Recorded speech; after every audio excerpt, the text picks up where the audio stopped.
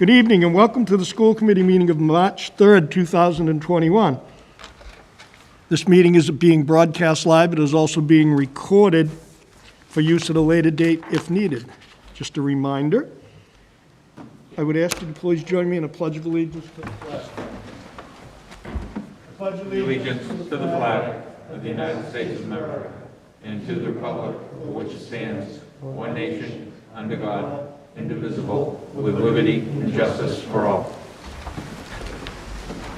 I would ask you to join me in a moment of silence, and sadly, I would like to inform you and the committee that Mrs. Jan Horkey, a high school special ed teacher, passed away on Sunday after a brief illness.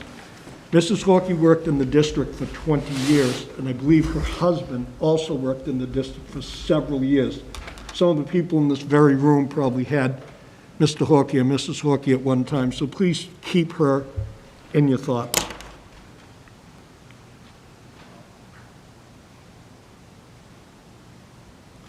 Thank you. Okay, I'm calling it to order and roll call. We do not have to do a roll call vote because everyone is present this evening. It's good to see everyone back, present. It's great. So, public comment. We have a 15-minute segment for public comment, up to 3 minutes per community member, and I believe that we have some, Jason. Yes, we have 11 people currently. First person up. All right.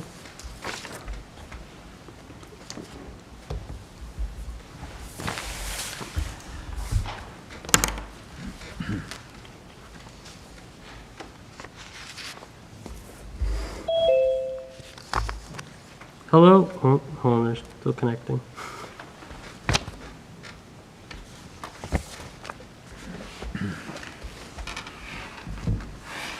May I remind you that public comment is for a person to call in and publicly comment. We're not going to have any debates on the public comment. We'll let the speakers speak. They have 3 minutes. The person I admitted last left the meeting, so I'm picking a different person. Okay?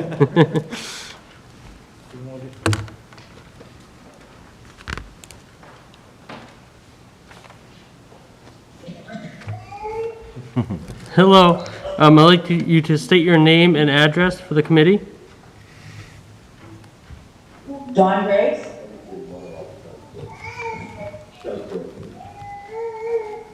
What, you could ask her what her comment is? And what is your comment? Hello? Hello?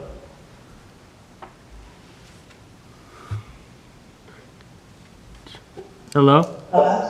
Hello? Go ahead. Go ahead with your comment. I don't have a comment. Oh, okay. Oh, okay.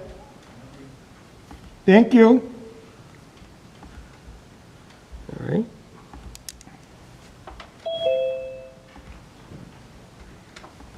Good evening. Hello? Hello? They muted themselves. All right, they left the meeting too. They're all leaving.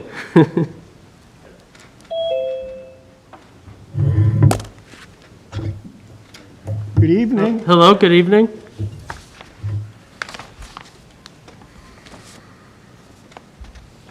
Jason, while you're waiting for that, why don't you throw it in the chat? This is the public moment. If you want to speak, great, stay on the line. If not, disconnect and watch it live. If the public comment people are listening right now, if you're mistaking the public comment for just watching the meeting, you can link to the Zoom meeting ID of 438-304-0386 and watch the meeting live. No, that's the Zoom for this. They can tune into WHCA or CE, whatever it is. WHCA.tv, Boom. There you go. or Channel 98. WHCA.tv. Yeah, or Channel 98 on your cable box if you have Comcast. Could someone put that into this Zoom chat? This is the only link I have, and I don't have local cable. Okay. I can do that. Just takes a second. Thank you. I'm gonna grab somebody else while I'm doing that. Do we have any more, Jason? Yeah, we have a few more. I'm grabbing somebody else while I'm messaging that. We'll have it on top. Somebody's joining now. They left the meeting.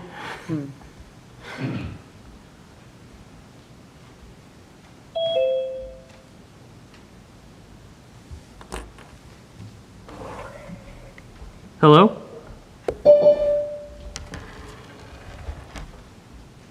Hello? Hi, can you state your name and address for the committee and then proceed with your comment? Oh, I didn't realize that we were only zooming in if we had a comment immediately. Okay. My name's, Oh.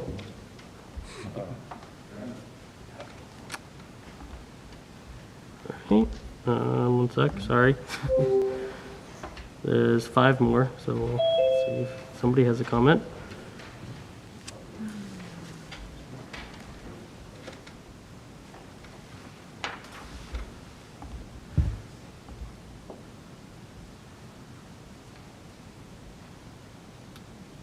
Person taking a while to join.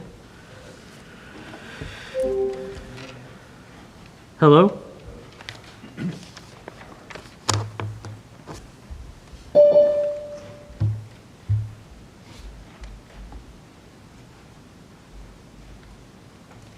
Hello, can you hear me?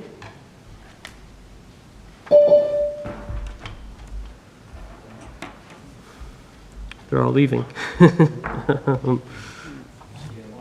I guess I did.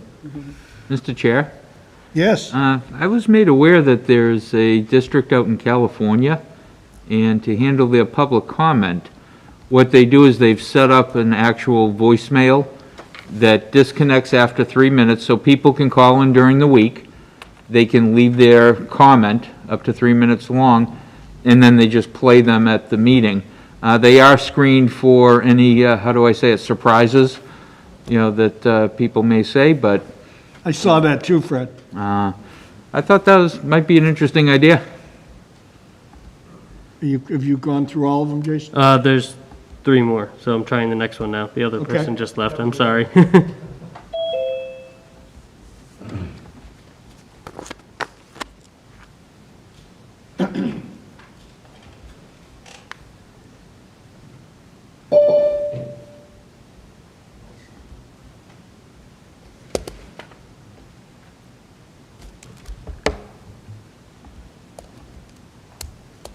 Hello, can you hear us?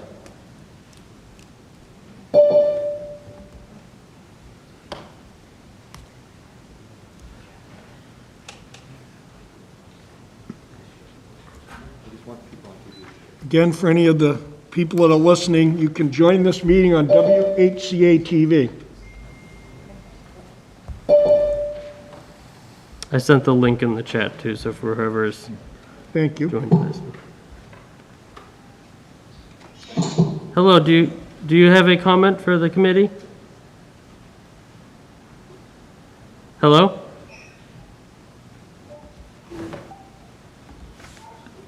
Hello? Painful. They muted themselves, so I take it they don't have anything to say. All right, there's 2 more.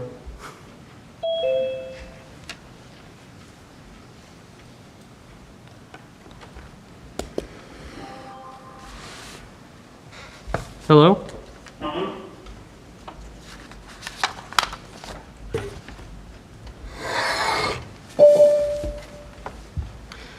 They left too, I'm sorry. There's 1 more now.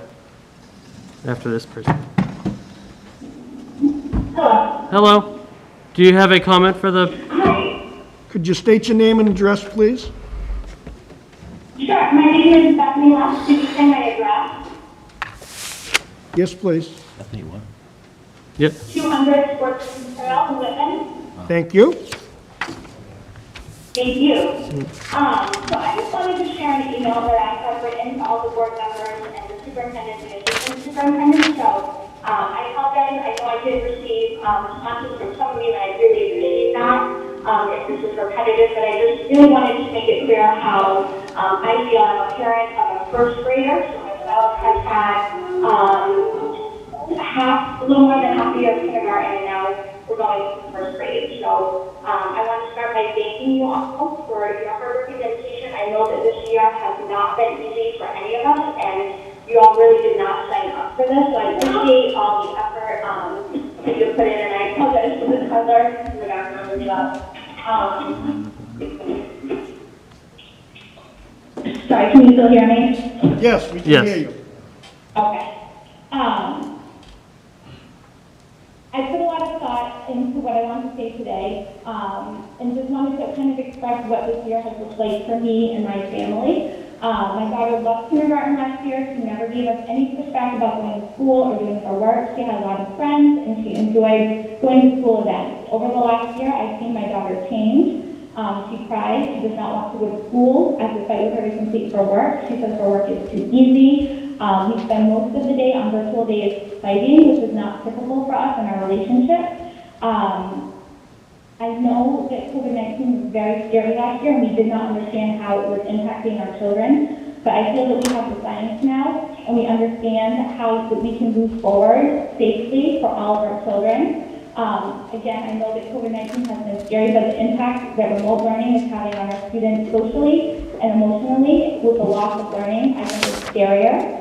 I was very disappointed that Wendy Price did not discuss any of the effects of social emotional learning on our children when she spoke at the last school committee meeting. And I was a little bit disappointed that the impacts of COVID and the change in learning wasn't discussed last meeting either.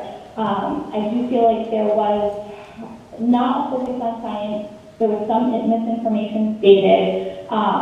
And I really was hoping, and I'm hoping that tonight we really focus on the science and what we can do to help our students return to school safely. What I'm hoping that we get to tonight is that we can look at the science, we can look at how we can reopen schools safely. We know that masks work, we know that distancing works. And for reference, I'm a healthcare worker, and I have been working through in a clinic with 25 patients through the whole pandemic. So I just wanted to express how I was feeling and kind of how this has impacted my first grader. I also was hoping that we could look at the amount of surveys that you received, and I think it is telling that the majority of the surveys came back from elementary families. And the vast majority of those families are in favor of returning 500 out of 600 surveys approximately.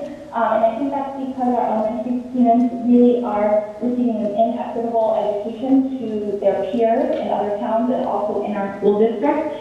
So I am concerned if we are not going to discuss bringing the students back full time. I would like to discuss the inequity in education because my first grader is not meeting the DESI requirements of 35 hours in a 2-week period. So these are just some of my concerns, and I know that you all are working on this and that everyone here is trying to do the best they can for our students. But I think that the elementary kids really are at a disadvantage, and so I was just hoping that either a full return to school or the amount of learning my first grader is receiving will be addressed tonight. Thank you very much for your comment. We appreciate you calling in, and we are certain tonight the superintendent's going to address your concern. So, Thank you very much. thank you very much. All right, there's only one person left in the meeting. I'm admitting them now. Do you have any more, Jason? Not after this person. There's one more right now joining after this. ahead. Yep. They're connecting. Hello? Good evening. Good evening.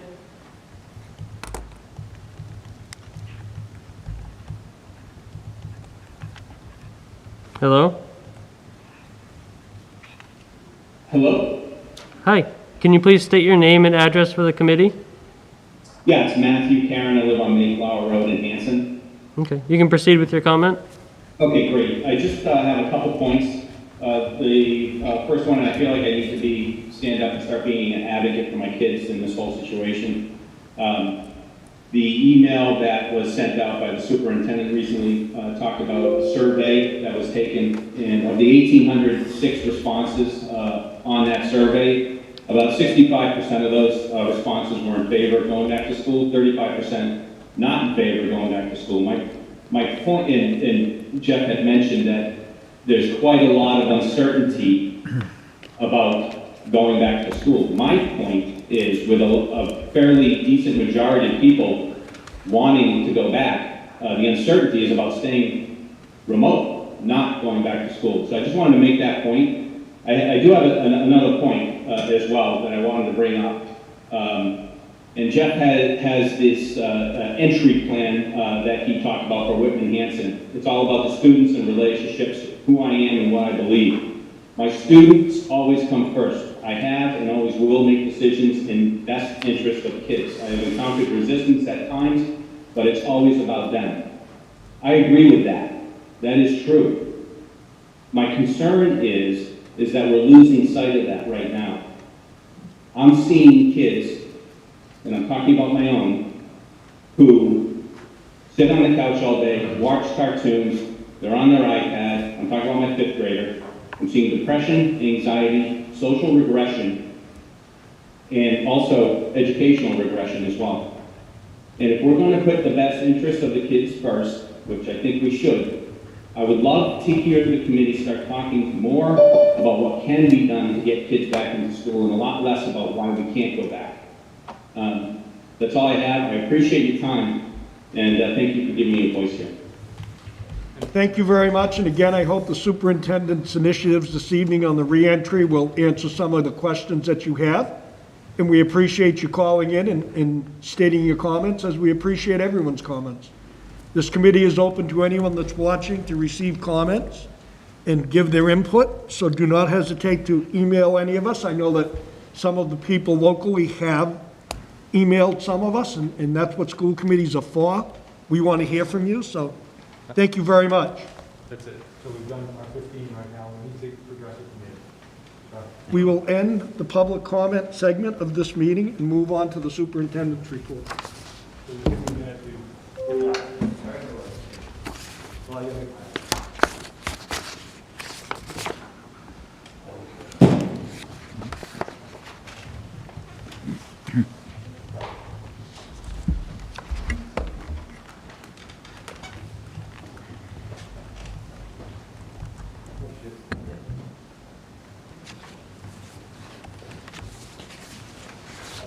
Judge Silverman. So I'm going to present them up here so you can see the PowerPoint. Everybody's got a PowerPoint. I want folks at home to be able to access and see what we're talking about tonight here.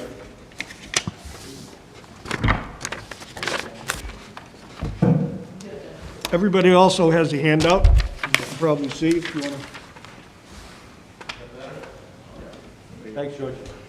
So first and foremost, I appreciate the responses. I received 54 different email questions from the community from the letter I sent out on Monday talking about kids coming back to school.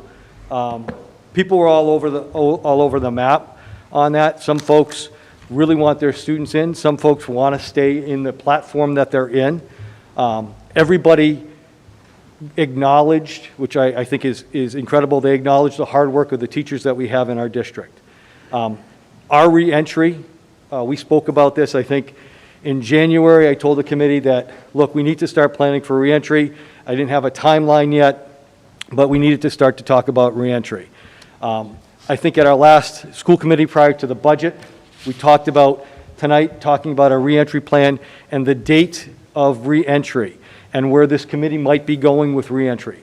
Some of the committee members spoke to, let's not rush through this. Let's make sure we think through the areas that we need to plow through to get kids back safely and to have teachers back safely in a full-time setting.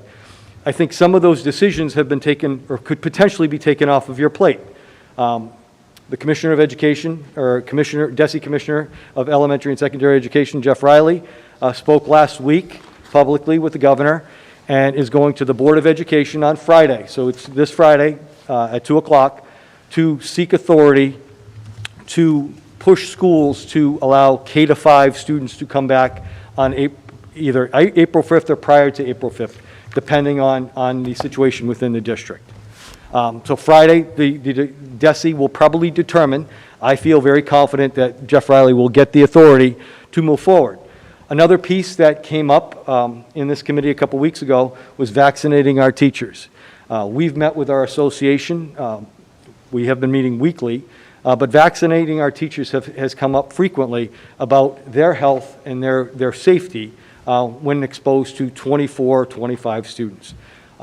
Today, the governor moved forward with prioritizing teachers at as the next phase, opening this March 11th. As I've said to this committee, I really appreciate the camaraderie, the working relationship we have with our fire departments, our police departments in both communities. Chief Reno and Chief Thompson are still advocating to allow the state to bring the vaccine to our locals so they could administer to our teachers here. I think the inoculation or the vaccination piece for our staff is awesome. As an administrator, as a superintendent, my fear right away goes to, I'm going to have tremendous absence between the month of March and early April because teachers are going to grab the first available shot. When that could be in Dartmouth, that could be in Rhode Island, and they're going to be out. So we're going to balance that. But the hurdle of teacher vaccination is off the plate. So for you as school committee members who said maybe we don't want to bring kids back in until teachers are safe, that's at least on the plate. So the PowerPoint today and the presentation today isn't necessarily about the why not. We want our kids back in here. There's no question we want our kids back in here. But what was important for me to share to the community, this isn't just the snap of a finger. These are multiple things that we're going to go through today that we have to work through, and I will tell you, we will work through them. There's no question we will work through these challenges. The administrative team has worked hard throughout the year to overcome those challenges that come out of left field. But today, as we go forward, there are still some challenges. And we as a committee, we as a community have to understand those challenges. So I'm going to just go through the Whitman Hanson Regional School District Reentry Initiative. Why? We believe students perform better and their needs can be met when in school on a regular basis. Students in the chairs, at their desks, in-person learning. Remember, a year ago, March 13th, we were never discussing this. Life changed. And we had to accommodate that. We said in this, and we developed this early last week before this morning, when staff had the opportunity to be vaccinated, their goal is to return to full in-school learning. And I think a soft survey of the staff, more than 90% of the staff said if they were fully vaccinated, they have no problem coming in. That's not a hard number, but that's a soft number. When? And what I just mentioned, Commissioner Riley has directed districts to plan for an elementary return on April 5th, pending Board of Ed approval. I go to who, as a leadership team, we believe we should return Monday, April 5th, K to 12, pre-K to 12. Pre-K and K are already in. So this plan is for a full grade 1 to 12 reentry. How? We still have some answers to many of the issues. Challenges remain. I want to flip the next, I've got the clicker actually, except they just shut it off, didn't I? So we went around and we took pictures of every building and their classes. I'm not going to ask this committee for too many votes tonight. I don't think you necessarily have to vote on when we're going to re-enter. I think you have to have an idea. I think the commissioner is going to make that vote for you. You can choose to vote if you want to, but I'm going to ask you two things for a vote tonight. To remove your recommendation of 6-foot social distance between desks. I can't reopen this district full in person at 6 feet. We're looking at 3, we're looking at 4.5, depending on classes. So I'm going to ask you for that vote. The next vote I'm going to ask you for at some point is to eliminate the hybrid mode. We're either going to be in person or we're going to be remote. So those are the two asks I'm probably going to have of you this evening. Mr. Hayes. I'd entertain a motion to remove the 6-foot distancing requirement that we had put in before. I'll make that motion. Second. Some seconded. You get it, Michelle? Yes, Mike did. Yep. Discussion? Mr. Howard, Mr. Small, Mr. Scriven, Ms. Byers, Mr. Howard. I guess for the committee, maybe I misunderstood Jeff, but I would prefer to let the superintendent move through the presentation and show us what the 6-3 Sure. look like before we vote on it. Right. Because I think Okay. it's premature to vote All right. when we haven't even seen the picture. Continue. Okay. But So- unless you want us to vote. No, In I'm which just. In which case, we will. No, I was just prefacing that piece, because this presentation is not 6 feet. Correct. This is 3, okay? Okay. So you look here, we have at Indian Head right now, our largest class is 22 on roster. You can see the desks at 3 feet apart. And we have an issue with tables. We'll talk a little bit about moving 2 desks later on, but Indian Head has desks and tables. Those are 3 feet apart. Conley, these are 3-foot distance in classrooms. Karen's largest class is 24. She averages 18 to 22. But just to give you a visual. Duval, Darlene's largest class is 22. Duval's is bigger in space than our other 2 buildings, so she can move to about 4 feet. She's a little bit more distant. Those are the pictures at Duval. And I have the elementary principals here to speak if needed, but this is what we came up with for elementary issues. Again, all our issues, our challenges, we can go through, but I would be remiss to not just share this with the committee and to the community.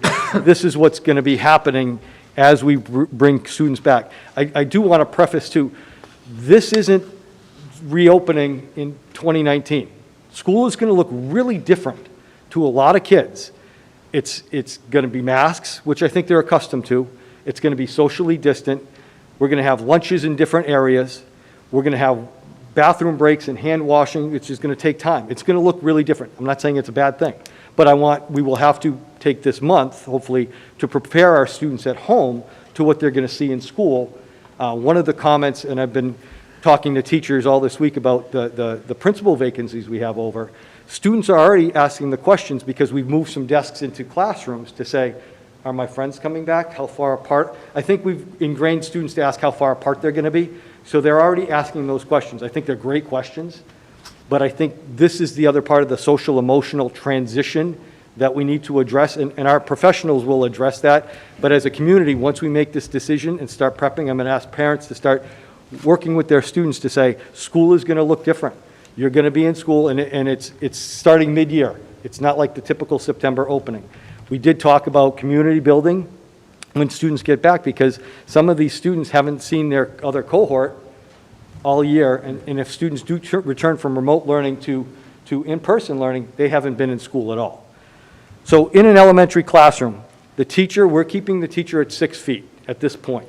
And we just still don't know about the vaccination, who's available, but we're putting a 6-foot space just like they have now in our classrooms. It's going to be whole class instruction. So what does that mean? This is whole class instruction right now. Typically, teachers are putting kids in small groups. They're putting desks together, reading pairs. We can't do that. We don't have enough space in those classrooms to do that. So the look of a typical elementary classroom is going to look different in a first grade class. Right now, we still have some small group instruction because the teacher can move 3 desks 6 feet apart in this corner and go and address them. By adding 15 more desks or 10 more desks, that's going to eliminate. I know my teachers are going to do their job. They're just going to pivot and they're going to do it again. But I want parents and I want this committee to know it's not looking like September of 19 again, or even February of 20. It's going to look different. It's going to be whole class instruction. George and I will get into the Chromebook issue. We've gotten our Chromebooks out to our community. That means I have 15 in the classroom and the other 15 or 20 are at home. Unless we start bringing those back, the method of instruction that we've been doing all this year, using Google Classroom, using the different methodologies that we've had in remote learning, go away. So it's a challenge, and I'm going to need the community's help. When I say, bring back your Chromebooks if you don't need them, I need them back, because we want the classroom atmosphere to remain as consistent as it is now. So we have a lot of Chromebooks out in the community. If you don't need them, by the end of the week, I will be sending out more information about that return. Sight lines to the interactive board. Kids are going to be in a little bit different parts of the room.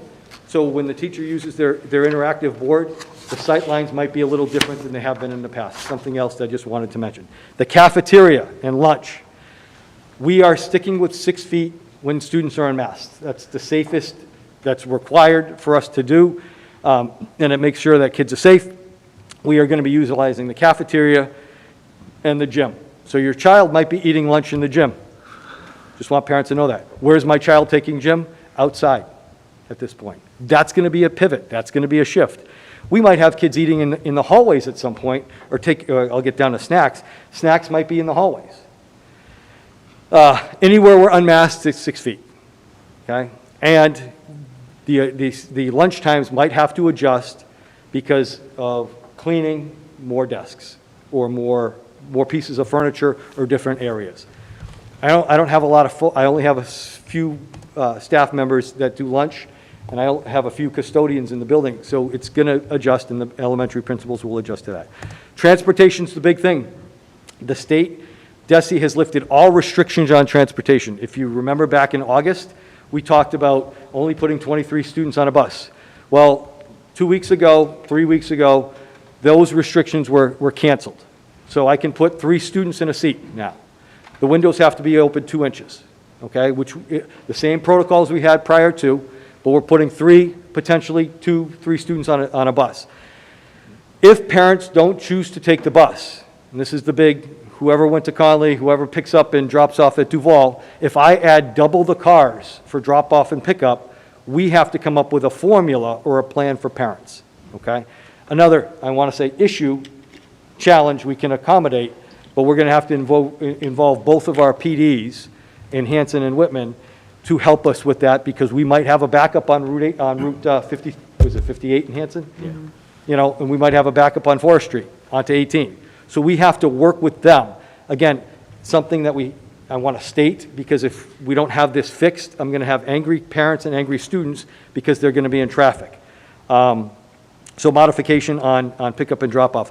I will be asking, once we move forward with this plan, for parents to commit to riding the bus, so that my transportation director can then make modifications to routes. Right now, she has a cohort A route and a cohort B route.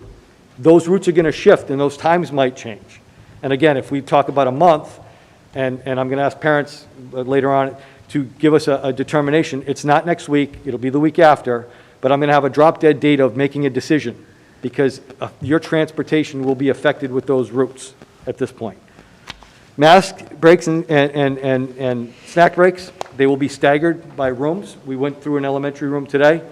Half the class might have snack in the classroom. The other half of the class might be in the hallway doing silent reading, because we will not be able to put everybody in a classroom having snack at the same time. Again, something that's going to be different when students return. And we're looking at a duration of 5 days, Monday to Friday. Hanson Middle School. I believe Mr. Tranter has his largest class size close to 21. He's averaging around 18 to 20. He's got some bigger classrooms. So you look at the 7 and 8 classroom, it's a 5-foot distance, okay? And in grades 5 and 6, it's 3 feet, okay? That's where his larger class sizes are.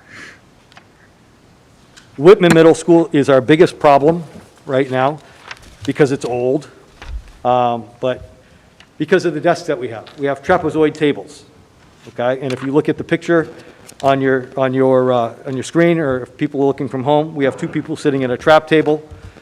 We don't have desks yet.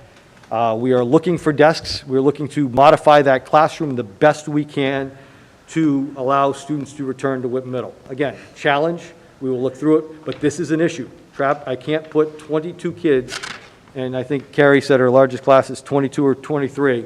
I can't put that many students at those trap tables. They won't fit in that classroom unless they're looking at each other like that. Middle school, talking points. Again, teacher 6 feet in front, whole class instruction. Chromebooks are the same. Sight lines for the interactive board, very similar to the elementary school. Transition times. This is different. In elementary school, you're staying with your class. As you know, middle schools shift and move from class to class. Hanson Middle School, teachers will switch classes, students will remain. Whitman Middle School, students will switch classes, teachers will remain, and no lockers will be used. So kids are used to that this year, but double the size of folks in the classroom with their backpacks and double the size of that in the hallways. Again, just an issue. Maybe we're not packing so many books into the backpack as we come to school in April. Cafeteria lunch at both middle schools. They're going to be using their cafeteria, their gym, any large space that they have, and/or classrooms to eat. It will be determined by the building principal where we can maintain that 6 feet apart so students eat comfortably. Adjusting school times to transition and clean. Lunches might be a little earlier and a little later than they are scheduled for right now. Transportation, another issue, same thing as the elementaries, drop off and pick up. Hanson Middle School, not so much. I think Bill's got about a half mile to a 3/4 of a mile road before they actually hit the school. Carrie at Whitman Middle, that road might get a little crowded. It's been crowded all week with drop off or with pickup. In the afternoon, I've been venturing over to Whitman Middle after school. So traffic modifications, we might be we might stagger. So 6th grade, if you're a 6th grade pickup, you might be coming in at this time. If you're 7th grade, we're asking mom and dad to pick you up at this time. And if you're 8th grade, you might be at the end. Just to try to stagger it out. It's something we're going to have to work on. Mask breaks, again, staggered within the room.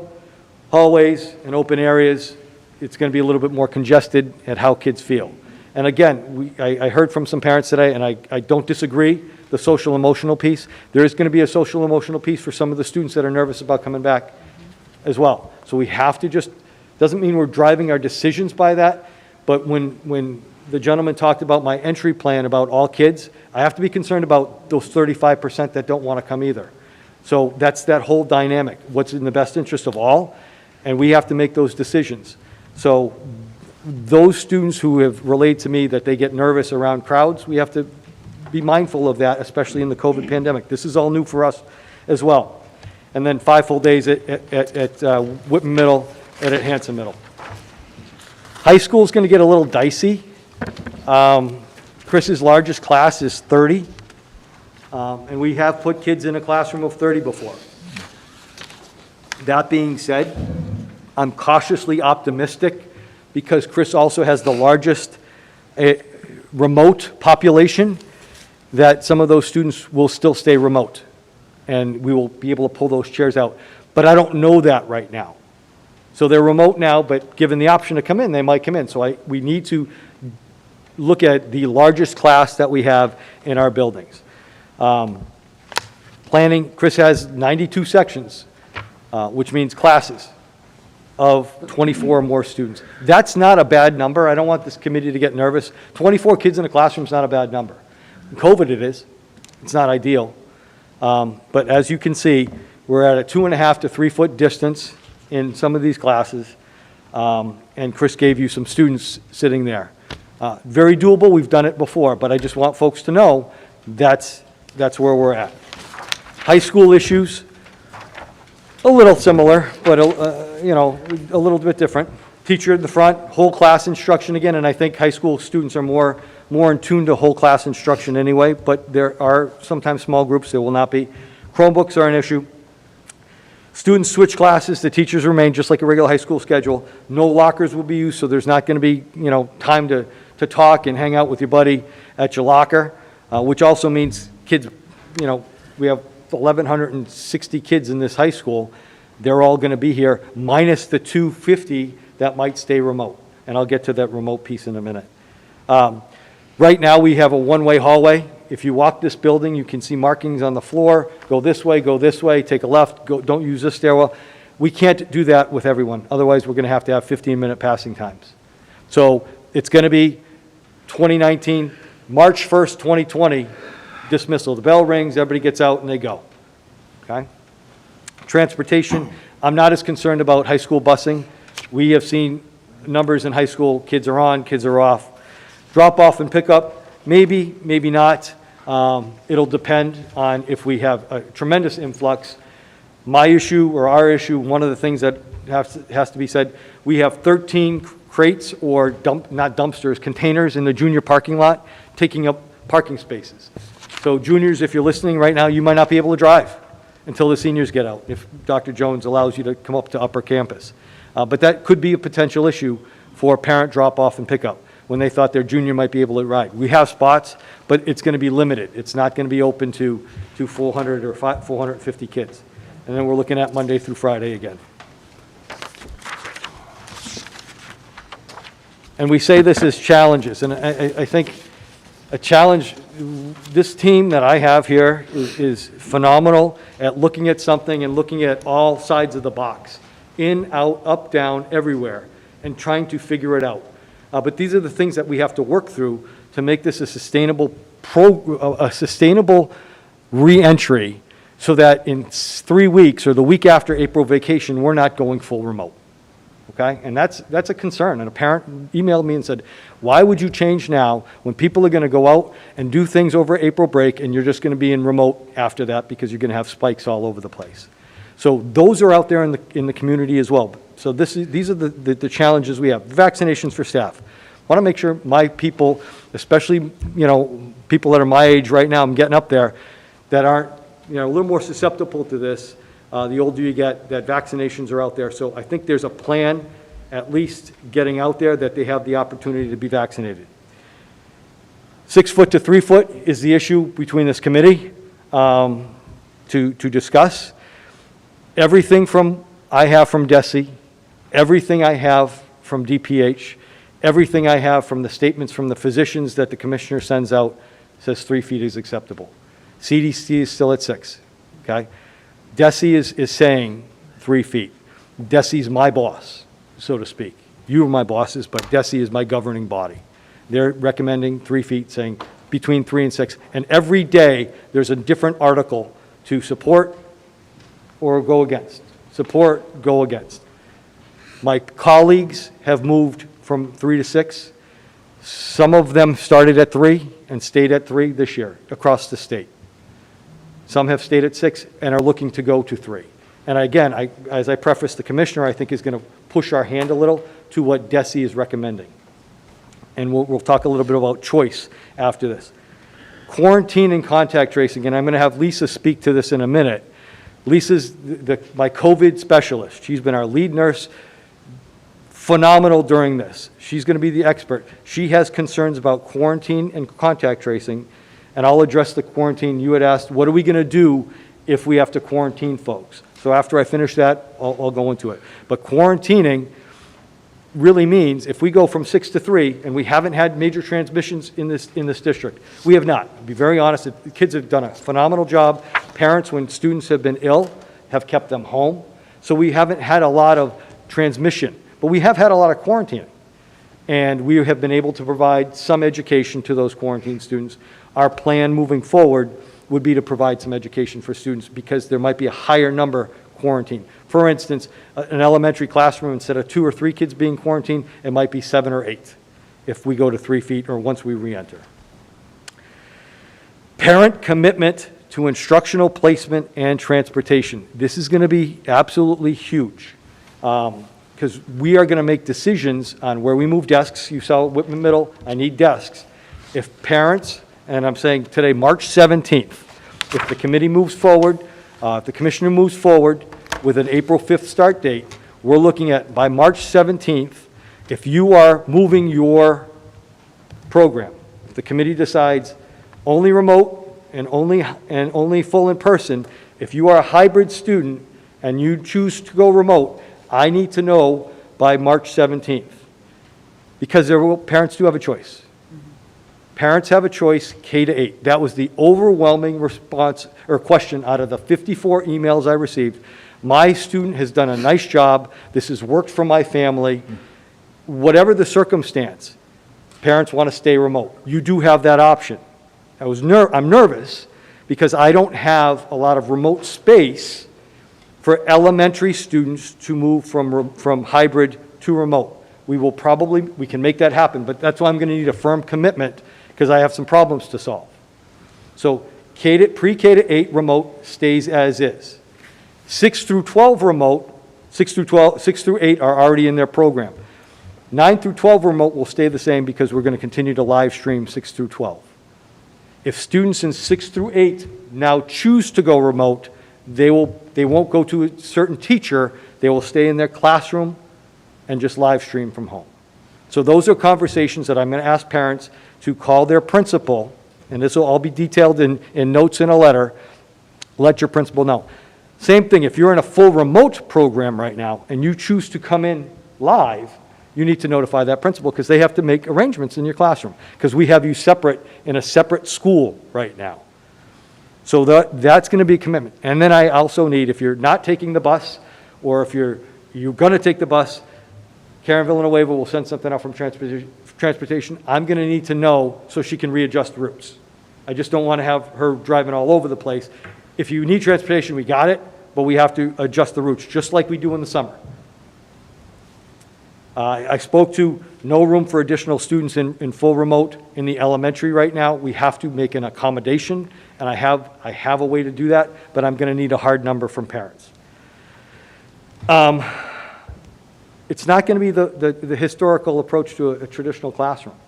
Teachers are going to take, and especially at the elementary level, if you think about it right now, we're adding a classroom at Conley School has 10 kids in a class. They take their mask break, they walk down the hall, they do their hand washing. Anybody been with a first grader who washes their hands? They're going to count out the numbers that they're going to have. Double that, okay, per classroom. So that's got to be staggered. So there will be a change in the classroom approach. Again, the teacher might not have small group. The teacher might say, okay, now put your things down. We're going to go wash our hands. We're going to take a mask break. Some of you will be in the hall. Some of you will be in the classroom. It's going to look different. We're going to do it, but it's going to look different. And I want to make sure parents understand that piece. It's going to look different, and it's going to be good. Whatever these teachers put together is top notch. They just need to be given the directive, and they need to be given the tools and the time to make sure it's done well. And the leaders of the buildings will make sure it happens. I did mention if we go full in every day, there will be a loss of collaboration time on Wednesdays. Right now, we do all our PLCs on Wednesdays, okay? If we go to full day, we lose PLC time, and you might say, well, why is that? Can't we juggle it? Because there's going to be the people that cover classrooms when teachers meet will be doing different duties, like bus duty in the morning, or car duty, or lunch duty, because those times will be shifted. So there will be a loss of PLC time at the elementary. 9 through 12, my teachers have said, if we're live streaming, Jeff, when are we going to be able to adjust how we're doing it unless we have a half day on Wednesday? So if we go 5 full, they're losing that time. Live streaming is not easy. If you've ever tried to teach a class and have some students at home and some students in front of you, remember now, then they've done it, and they've done a nice job. They've done a phenomenal job. But now I'm adding 7 or 8, and some of them might have been like Mr. Farrow and myself in class, and maybe not the best behaved. So now the teacher's focusing in over here when they also have students here. So just making sure that they're in check with their colleagues moving forward. I might ask this committee if we go 4.5 full, might be in the best interest of our kids. Not a decision to be made yet, though.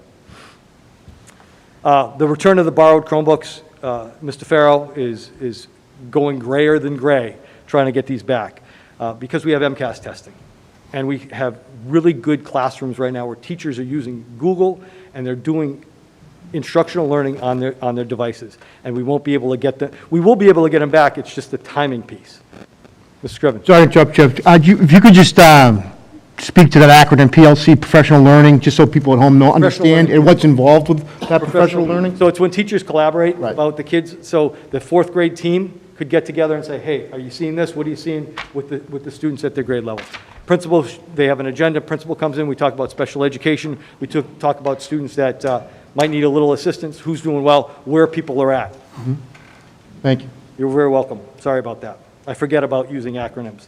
Cafeteria and lunch duty are spatial issues. Again, accommodating that. We might have desks in cafeterias. We might have them now. The challenge for us is pulling the desks out of Whitman Middle School cafeteria, the high school cafeteria, and making sure we can adequately supply desks into the classrooms. Dr. Jones is probably going to have students eat in the bleachers probably the safest place to eat because they can socially distance. Now, we'll also be using outdoor time. I mean, I think teachers did that nicely in the fall. We'll do it again.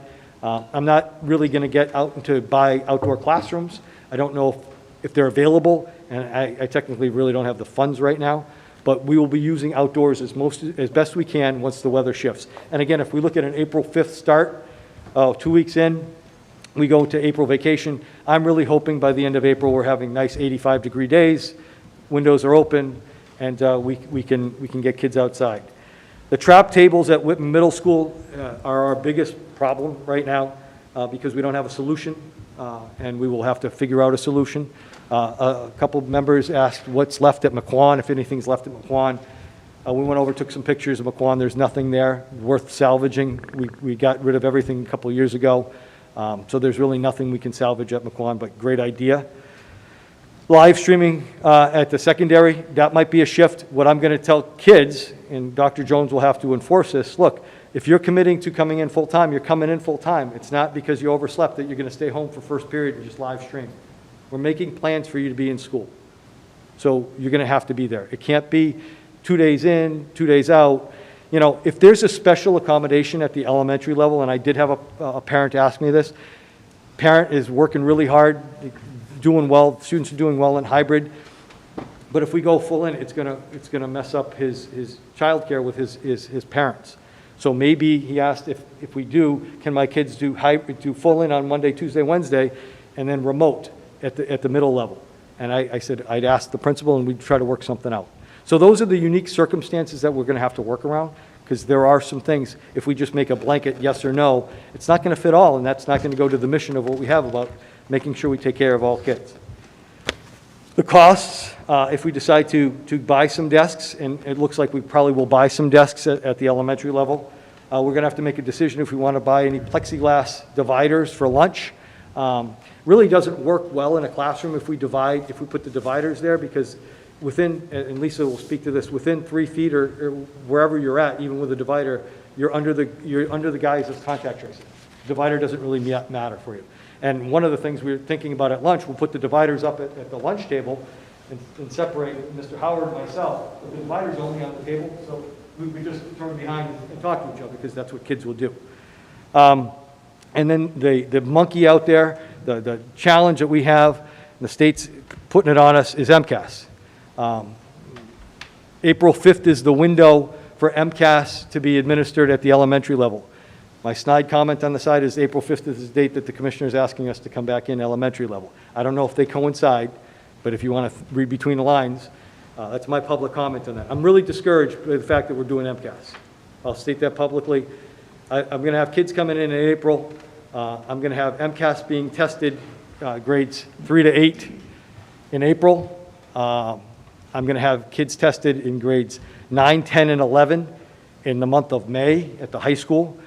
Reminder, high school students for graduation have to pass ELA and math. My juniors did not have the opportunity to take that test last year. So sophomores and juniors will be taking ELA and math. Freshmen will be taking bio. If you passed the MCAS, or if you passed science last year as a freshman, you do not have to take the science MCAS as a sophomore. But also in the high school, we will have AP testing going on in the month of May. So students will be assessed quite a bit, and we have sophomores and juniors taking AP. So you're testing at least 4 full days in May for MCAS, and depending on how many APs you have in the month of May. So welcome back to school, and this is one of the reasons we talked about getting students back in on April 5th, because there was some discussion of after April vacation. If students came in after April vacation, they'd be in school 2 weeks, and then they'd be testing for the month of May, okay?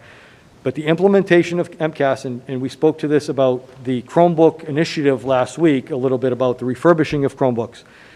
We have a lot of Chromebooks out on the street. We have new Chromebooks that we're optimizing for MCAS, but those Chromebooks can't be put into classrooms because the month of April, Darlene's school, all the 2 middles and the 3 elementaries will be doing MCAS grades 3 to 8.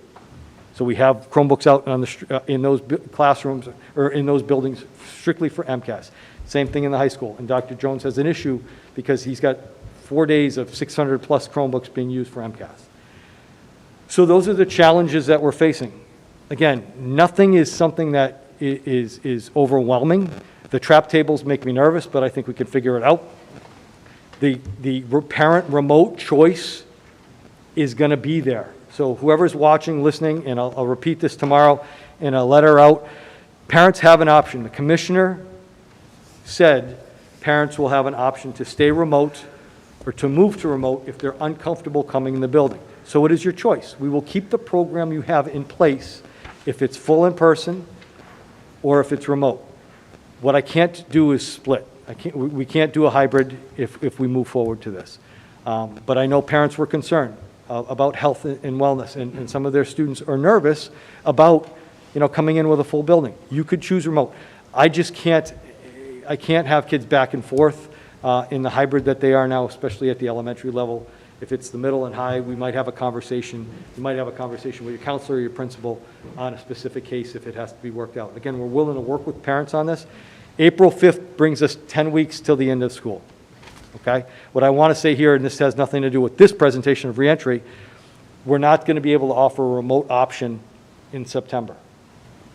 So we're going to be looking at an outside vendor or a choicing out of school, the Tech Academy that I spoke about in August. I don't see that happening yet. Stranger things might happen over the summer. Last summer in August, as I came to you with 3 different plans of reentry, had no idea we'd ever have to do that. I'm coming to you today, March 3rd, with a plan of reentry. I think it's very doable. I think it's good for kids. I think there are concerns out there. I think teachers are ready to have their kids back, but I would be remiss to not say teachers have their concerns too. They're going to adjust the way they teach. The contact of the hug on the little girl or little boy that the first grade teacher gives when the kid is upset, or the kindergartner, the close contacts, people are thinking differently. I mean, I used to go and try to shake hands with, it's a fist bump here, or even a pat on the back, or it's different. So I just want to stress that it's going to be different for all of us. It's going to be different for kids.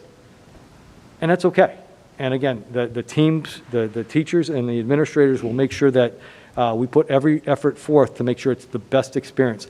I apologize to the parents who didn't have a good experience during this year. I think we put together a very good program, the best we could put together. I think other towns might have done it better. Other towns might have done it worse. I think George, myself, the leadership team, the COVID team over the summer put together the best program we could for the students of Whitman Hanson. We're going to talk about funding a little bit more. But I think when we decided as a team that parents wanted a remote choice option, not an outside vendor, we put it together. When parents wanted live stream at the middle, it took a while because we needed hard devices. We got it there. And I think, again, there might be some hiccups if we reopen or when we reopen, but it's something that we'll get through. I learned in August that we can't please everyone. We're just trying to please the most that we can. And I also understand the social emotional piece for kids. I validate that, and we're going to do the best we can once we get kids back in. I also validate some kids are going to be nervous. We'll work on that too. But we're here for the kids. We're here for their academic and their emotional well-being. And I think if we move forward, once the commissioner moves forward, once this committee moves forward, we'll get kids back into some sense of normalcy, at least get them reacclimated with their peers, with their teachers, and start making some plans for the summer and for the spring, and for the fall. So that's the official part of the reentry plan. I'm open for questions. I'm actually going to go sit over there, and I'll have Lisa or George or whoever I need to call up, I'll call up. So I know there's some questions on 3 and 6.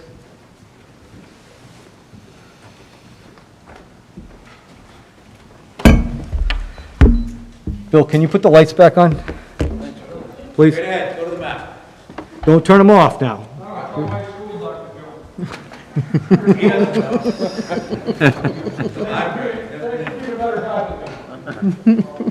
Just touch the buttons. We'll tell you if you're keep going. It's easy, just push the lever. Yeah. Hooray. Thank you, Bill. Great job. Okay, you heard a fairly in-depth reentry plan from the superintendent. Does anyone have any questions before we move to the motion on the floor to remove the 6-foot distancing and make it 3 feet? We can go back to, does anyone have any questions? That started with Chris, then it went to Fred, then it went to Scrib, and then it went to Dawn. I wrote it down. Chris, are you done? He answered everything I Fred, was. are you done? Yeah, I'm gonna reserve and then I'll come back after. Chris? I just, want more of a statement. You know, I think our main priority from the beginning has always been about doing the best we can for the kids in the safest way possible.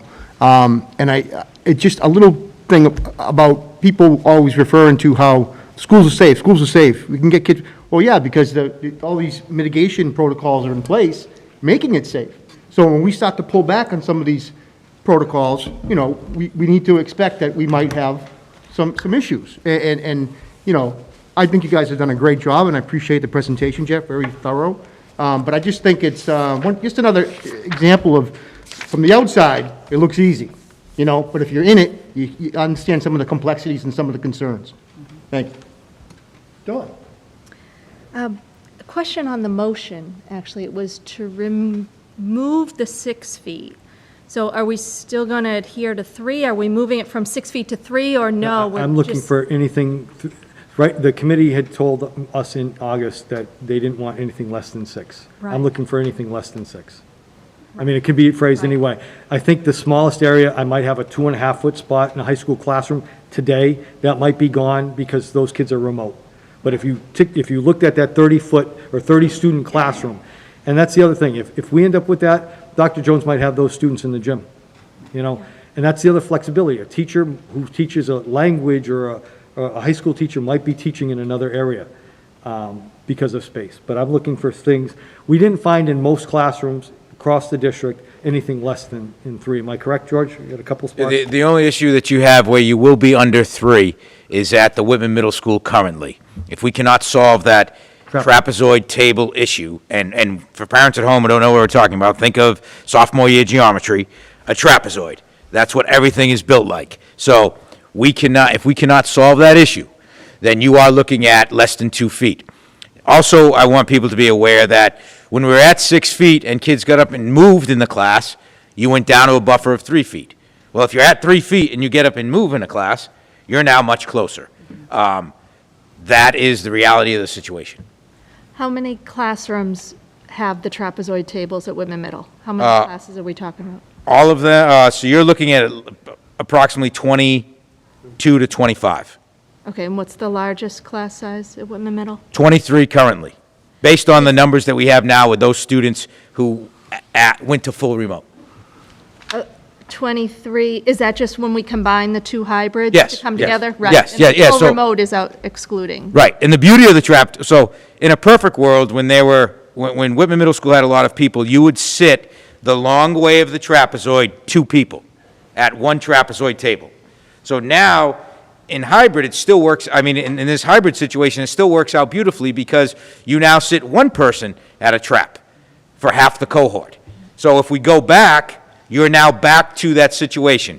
You have the option of sitting side by side on the long angle or the long line, or you have the option of sitting at the 2 side angles like the picture in your packet reflected. So that is the biggest issue. We have tried pretty much every configuration known to man, and I wasn't that smart in geometry, so I'm not really doing it myself, but in order to find out how do we get a class size of 23 utilizing trap tables. We haven't finished yet. There are still other options we're looking at, trying to combine tables and chairs and 4 desks and 5 traps, but that is the biggest challenge we currently face right now. Can we buy desks if there's CARES Act money? We'll get to that later. I'm pretty broke right Okay, now. we'll leave Yeah. that. Okay. Thank That might you. be exhausting. Thank you. Hillary? I couldn't reiterate more what Chris was just saying about, you know, as someone who's also been with students since August, the reason that these were safe is because of all the mitigation strategies and things we've been doing, and we certainly are taking a risk, but we'll see how it plays out. But my question's on the contract tracing and close contacts. I brought this up at a previous meeting. I know at the high school level where kids are moving, it's a little bit different, but at the elementary level, if students are 3 feet, that's gonna mean, if a kid is in the middle and they're 3 feet, that's gonna mean 8 possible close contacts? Correct. Okay. right? This way, diagonal. And So if you all remember Lisa Tobin. Lisa's our COVID expert. Sorry. So I guess at the elementary level, and I had asked this last, so in my district at the elementary level, if we have a patient, 0 in a classroom, the whole class is out. That hasn't how it's been here. No, we have not done that, only, DESE doesn't recommend doing it that way. Okay. They don't recommend quarantine an entire classroom, and DPH is very black and white on contact tracing and the distancing.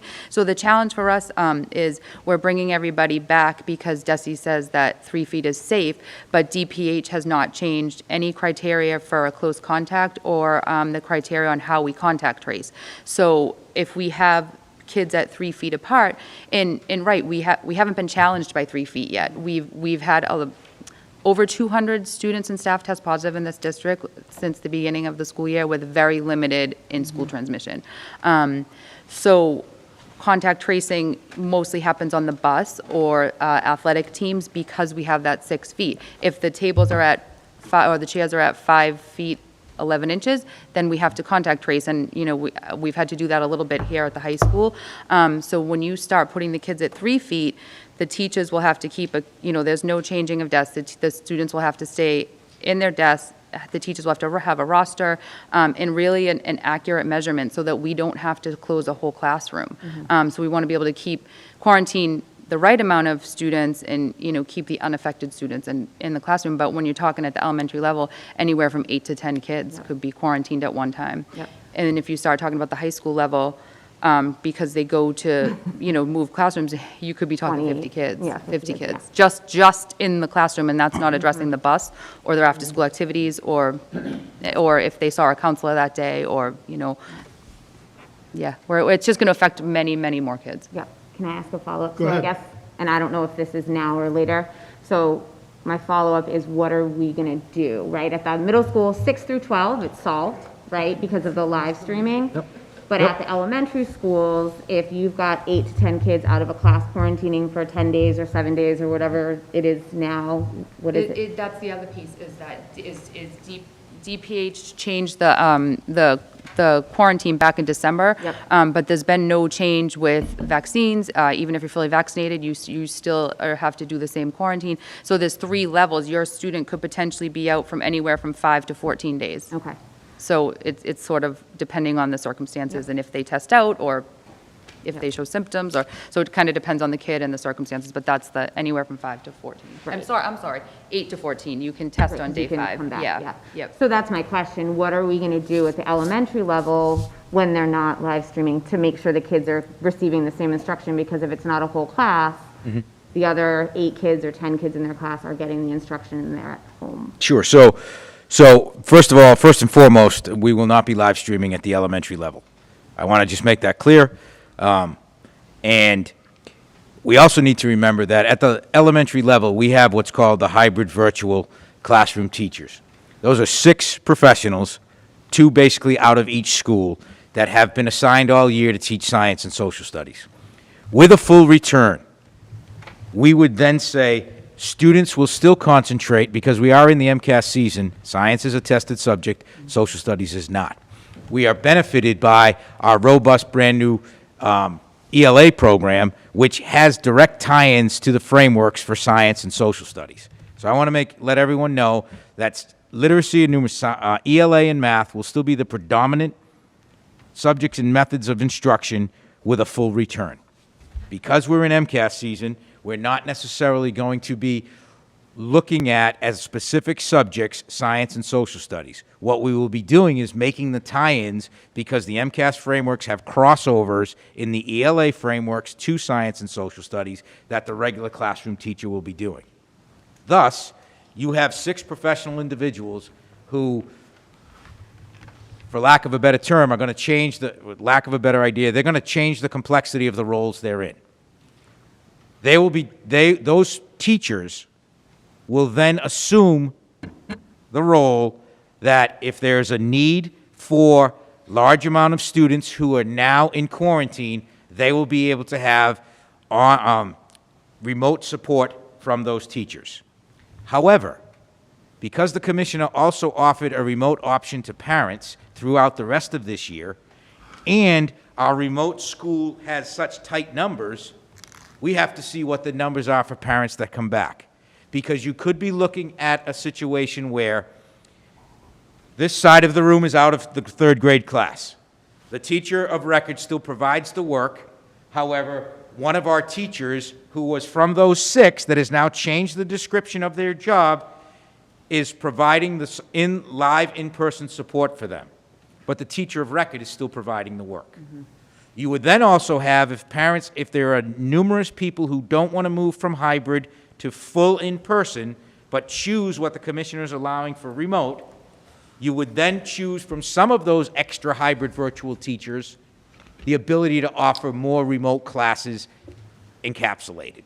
So at the elementary level, that allows us to take a live streaming off the table, because I truly don't believe it's great for kids, but we will still be able to offer live support and or additional remote classes.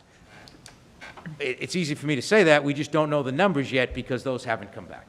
So we do have a way at the elementary level to still offer support for the greater number of quarantined children if that happens as a result of closer proximity. Thank you. Dan? Good. Back to Whitman Middle on the trapezoids. Yes, sir. And, I know how they sat side by side, but if they go to the ends, now you're having the student here, the student basically back to back. Correct. How's that handled with tracing and, all the kid has to do is go like this or a violation? It's not optimal. So that's why, in the realm of what we're really trying to do is if we can make a formula or graph that says maybe you have trap tables lining the perimeter of the room with a combination of desks in the middle, you might get to that optimal space. Now, when it comes up with money and are we just buying desks, well, we have to see what or who or how many students are coming back first to really understand the depth of the problem that we have. If class size is saying that we're going to stay not at the paper 23 roster, but at the reality of it is 17 or 18, then we have the combination of what we can do. But again, that's another challenge, and we don't have that answer yet because we don't have the data that's truly coming back yet from what parents are going to choose. But if you look at simply every hybrid student returning to full in-person, the challenge arises. It was me, Bob. Hillary asked my question. Thank you. You good? Yep. Fred? Just wanted to say that when it looked, and the discussion started picking up more heavily, I started researching myself. And Jeff, you're right. You can see, you read one article for, one article against. And if you look at the professional organizations, World Health Organization, they're at 3 feet. The only recognized health organization that I could find was the CDC, that's at 6 feet. Everyone else says 3 feet with proper protocols. And then you just have opinion articles that you go back and forth on. I did ask a public service professional who's in charge of a COVID program, so to speak, and I said, well, if it was your kid, what would you do? And he said, I'd have no problem at 3 feet. Okay, I appreciate that, and I appreciate his answer. He said, but if you talk to my wife, you may get a different answer. So you have the person who's the professional and the person who's emotional. And let's face it, this is a very emotional thing because we're all, per se, at times a little bit afraid. But, I think that for what I've heard from so many people, these kids are just they're going crazy at home. Their emotional well-being, they need this option. They need to get back into a school full-time. So I'd be all for the 3 feet or lifting the restriction to the determination of the superintendent, actually. Thank you. Hillary? I just had a clarifying question. I don't know if it's for Jeff or George, but the 3 feet of spacing, I think that the public perception is that it's 3 feet from edge to edge. According to the Commissioner Riley at last Thursday's meeting, his definition of 3 feet and the definition that most people are going by is middle of seat to middle of seat. Okay. That's, again, up to interpretation, but middle of seat to middle of seat is what this is. So, right, so the measurements that we see here are not 3 feet from edge to edge, it's 3 feet from the center to the center. Correct, So truly, the students are closer than 3 feet. correct. Okay. Bob, can Kevin Kafka speak? Most certainly.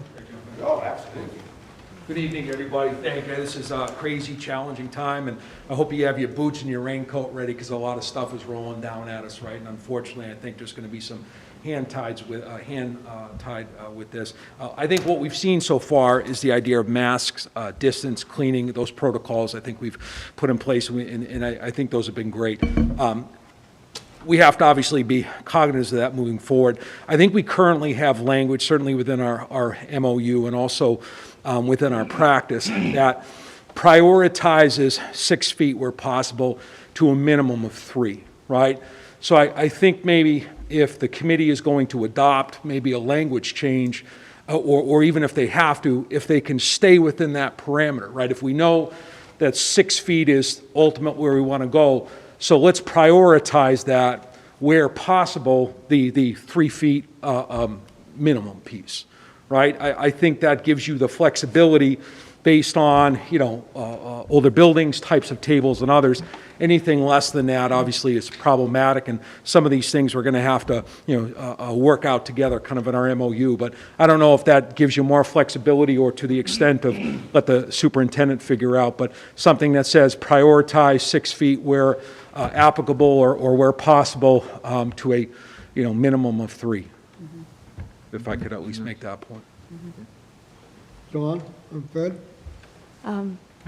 Yeah, a minimum of 3. I'm concerned about Whitman Middle School with the tables, of course, because, facing each other, they're actually looking at each other, breathing, and- I I know. validate your concern. We'll fix that. I just don't know how that's going to look, and I don't know how I'm going to pay for it yet. I need to know Right. numbers, but Yeah. I don't believe trap tables and kids facing each other is going to open, we're not going to reopen that way. There'll be something different. Okay, because my concern is that families in 4 other schools in the district are thinking, well, not my problem. I'm not in that school. So it might be a bold statement, but if we can't find a replacement for the trap tables, then maybe we need to spread them out amongst the district. I don't, but I would hope that there's a solution before we ask parents to make a decision to come back to Whitman Middle School, if it has to be at a trap table. I think there's going to be a solution. I think we need to make sure we have the most cost-effective solution based on data that we can get, and that would be when students come back. I don't think myself, Jeff, Kerry, anybody would say, we're going to come back and put you at 2 feet at that angle. We just want to be open with everyone and tell them our challenges as they exist right now. Okay, thank you. Fred? And I'm confident that we have great minds that can overcome those challenges, as far as that goes. And George, you'd probably be the best person to speak to this. In addition to, we're talking about 3 feet to 6 feet, and we're talking about students. Teachers would still be 6 feet. Yes, so we have, the determination has been made by our leadership team that the 6-foot barrier, but the 6-foot space in the front of the room that first came out when guidance just came out from the commissioner is still going to be there. I think if we do this, we still have to caretake our staff, and they would still have that 6-foot buffer in the front of the room. Our ask, or my ask, that I've told all the teachers that I've worked with is that that's why we're promoting whole class instruction at this point, so they can have that space at the front of the room. So that is what the intent was, that is what we're thinking about, and we're asking staff to do that. Now, obviously, that's a personal ask that they then have to interpret, but the ask from administration as it goes out to the public is whole class instruction from the front of the room with their 6-foot space as delineated by DESE to continue. And could you also speak to what we've changed in the ventilation? Sure. In the schools and in the classrooms? Because I know we've done a lot of great things there. Sure.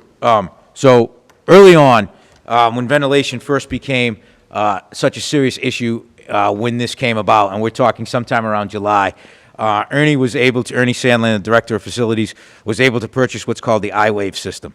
So the iWave system is a small disc-like contraption that is connected to every single univent, either univents, which are like the radiators on the side of that move air, either in the classroom, in some instances on the roof for rooftop units. So those have all been in place, and that's, I believe, 99.7, it might be 99.2, but it's over 99% effective in killing the bacteria that causes things like SARS, that causes things like COVID, and that also removes allergens from the air. As a result of that, we worked with the WHEA early on in our first iteration of the MOU, and we were able to bring students back. If we get there, in a post-COVID world, this is also supposed to be helpful for things like pollen and allergies and things of that nature. But we also have that installed throughout the whole district in every large surface, in every large space area. We even went one step beyond, and we also have ionization or pure air filters in rooms in the district that do not have windows if those rooms are being used by staff or students. So you might see there are these big white boxes that have a blue line across them, and those are the filtration systems that are used for those specific rooms that might not have an access to fresh air. And our windows are operating. Windows and screens have been fixed throughout the district. That was again in the summer. Wow, it seems so long ago. That was again in the summer because we did have some issues of lost screens or latches or window balances, which were still the sort of the old style that would have the weights and measures in them. So that has all been replaced. We went through College Town glass earlier before we came back, September 16th, so those could all be addressed also. So windows can be opened, there's increased airflow throughout the classrooms. Correct. All those good, happy things as well. I just wanted to make sure we mentioned that. Yes, great question. Dan? Yeah, so basically what I'm saying here, we should be probably most likely bringing it down to 3 foot. And the second part, which we aren't touching yet, that's secondary, is going out to get that information by March 17th or whatever, what the superintendent needs to bring these numbers in so we can actually formulate the plan instead of talking about the plan. Right. And part of that would hopefully resolve the issue at the Whitman Middle School. Cost-wise, we'll just have to figure that out. Right. We should just be getting these desks back in somehow. Right. Get rid of these trapezoids because that's. And let me say this. This can all be affected well once those numbers are in, because what you might see is that the numbers of students at the high school, we look for and we shape those classes based on the numbers that are coming in. So right now we have to there's 1,193 desks that are needed at the high school according to the rosters as they are now. When you start removing the remotes, when you start asking parents to be diligent and to be if we sort of demand what it is that if their child's going to come in, then you start freeing up those desks. Now, when we take the desks that are in the cafeteria for lunch and we take the desks that are in the gymnasium for lunch just here at the high school and we filter those back into the classroom, we will then, by using the bleachers, by possibly using the pack, or by using the regular cafeteria tables with less students at them, free up more desks. So if we get the number of desks that are needed at the high school, then we can start to filter out how many do we need, and we can solve some of that internal problem at the Whitman Middle School. There are approximately 96 desks from the high school at the Whitman Middle School used for cafeteria lunches there. So if the high school doesn't need all of them, then we're looking at taking the existing desks from the high school, which are used for lunch at Whitman Middle, putting those in classrooms, taking out those trap tables and putting those trap tables, because there's one per seat, 6 feet across, in the cafeteria. So there are in-house solutions, and we know that the plan will be enacted, and we know that the plan will work. The end result is, though, are we short? Our goal is to be short. If we have to be short with desks, our goal is to be as short as we can by having the knowledge and the details so that if we have to make further purchases, they could be in the most cost-efficient fashion.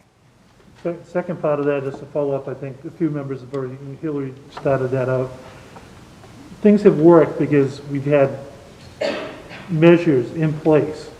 To come back into this school, I mean, this is just my opinion, I don't know if everybody will agree. come back to the school, things may change. We will never know until we implement them. And that's what people have to realize. We can't sit back and just say, well, this may happen. We're not gonna know until we get it in. We come back and it's not working, they're back out. It's as easy as that. Because that is the safety of our students and the safety of our staff. But unless we actually put our best plan, and one of those things is get these numbers in so we can actually formulate instead of doing speculation. That's, I think, what our goal here is after we decide whether to drop it down to 3 feet or not. I think you might be So I the was- same train as me here. Go ahead, no, go right ahead. Oh, I'm not sure, but to say that we'll just send them back out, I don't know if it's that cut and dry. I think people need to understand the challenges that presents if. No, if it's dangerous enough where we can't pull them back in safely and we're finding out, all of a Right. sudden, we're out of school with, because too many contact tracings, you have to go back remote so we can figure out what to do. I mean, that's a no-brainer. So, Go ahead, Jeff. So I was going to elaborate a little bit, and this is why I think letting parents know ahead of time what's happening, because I know parents, especially at elementary, have structured daycare or after-school care or whatever. If we come back in full, that's awesome, but if we end up in a spot that we have a breakout in a school, that might adjust parents' daycare situation because kids will be home. We're going to continue to educate, but I also think about those parents that have really structured their schedules now that work.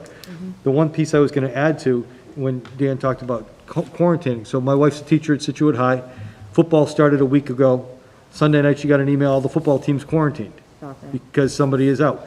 So understand, as we come in, youth sports, things like that, if one gets it, it's going to affect a larger number. Again, they live stream, so the kids are out, but it's a change. So when we do this, and I'm confident we can do it, and I'm confident we can do it well, but understand, if there's a breakout, and I love the fact that Lisa has done the contact tracing by the book, instead of saying a whole classroom it goes out. She follows the regs, we're due diligent, but understand, that might jump 7 kids in an elementary class might be home if the Little League team, because I think people are getting out. I see signups all over the place. If things progress well, we're in a great spot. But if a kid gets it, and what we have seen, we don't see the transmission in school. We see it coming from home. And I think to the point of keeping the teacher 6 feet away, what we have also heard, and the science tells us, that adults transmit to kids. Keeping the teacher 6 feet from the student sometimes is beneficial for the student. It's not just keeping this teacher safe. We've seen adult transmission to younger parents to students and things like that. So that's a piece of it. But understand, if at the high school we have our football team going out, everybody on the team goes if one person goes, and that will exacerbate if that student was in class that day, if they, as we go.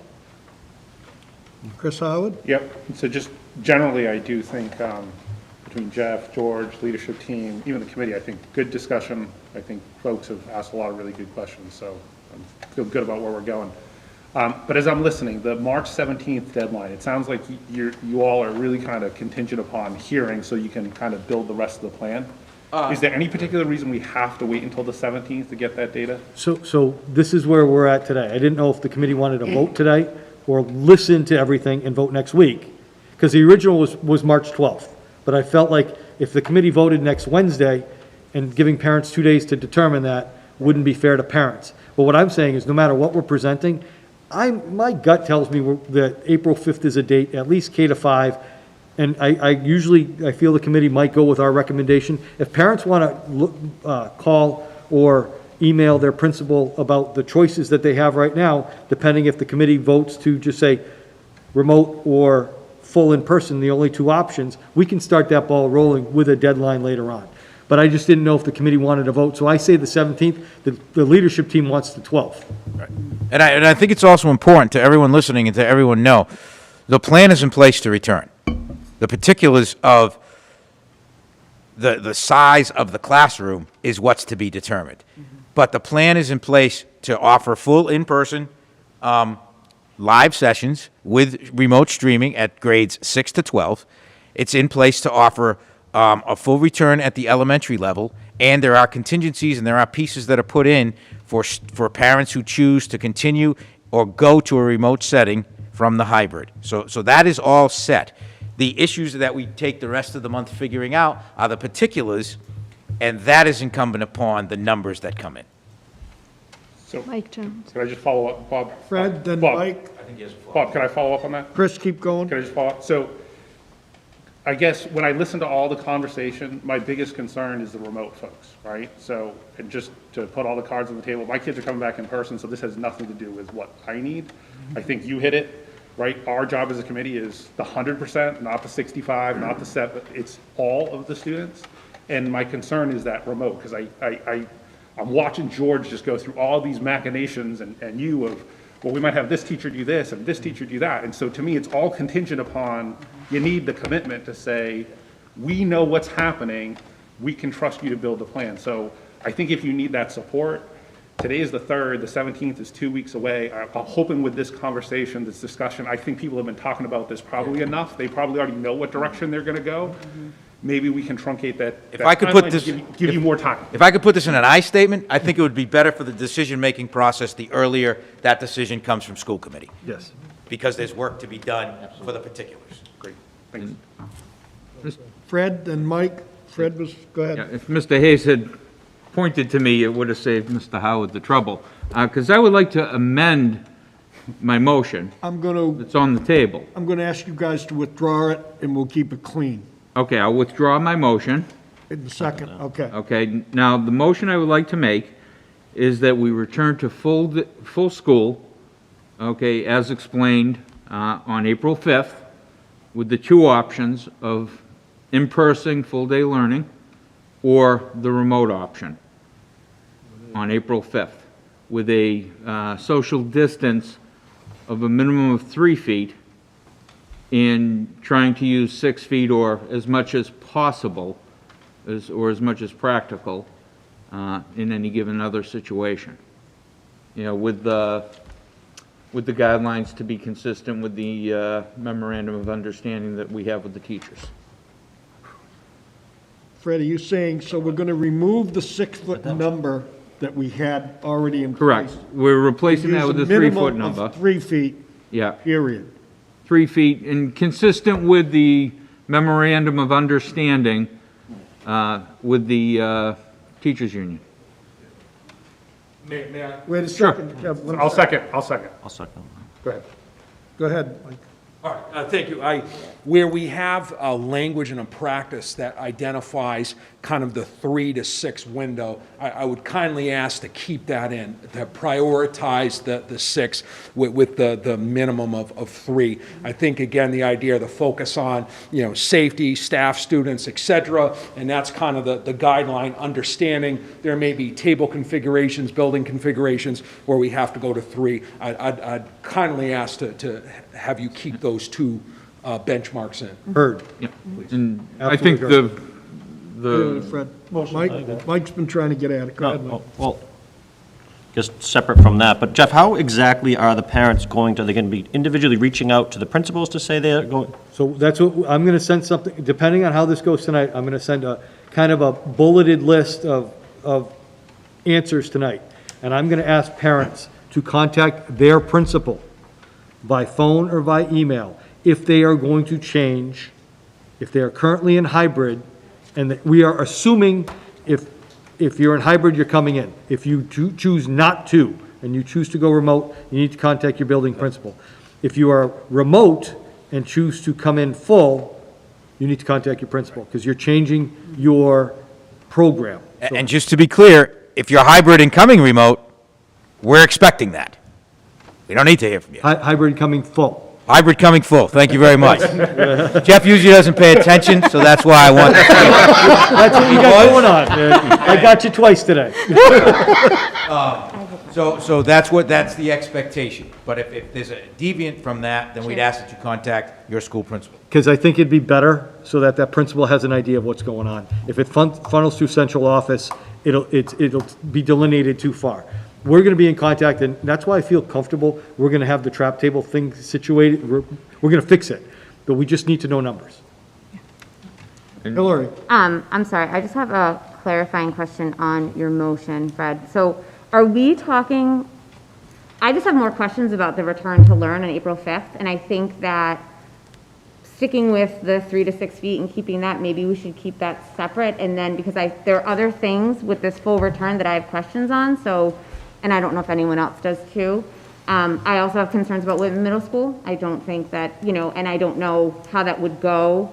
And I'm sorry if I'm misunderstanding your motion, but were you saying to vote to full in-person? To go back on April 5th and not kick the can down the road any longer. Right, so I don't and think. to make the decision tonight. Yes. Oh, to vote tonight or vote now? No, vote now. We're in discussion, so I would think if you have questions. Because I just thought we were still talking about the 3 to 6 feet. That's why I haven't asked other questions, because that was the first motion we were talking about? Yeah. Am I? Right, and we Okay. withdrew that and added Okay, so now this is April. just open to talk about the whole plan. Okay, all right, that's all. Okay. I do have other questions, but I'll let other people talk. Anyone else? Dawn? I have a question about vaccines for the teachers.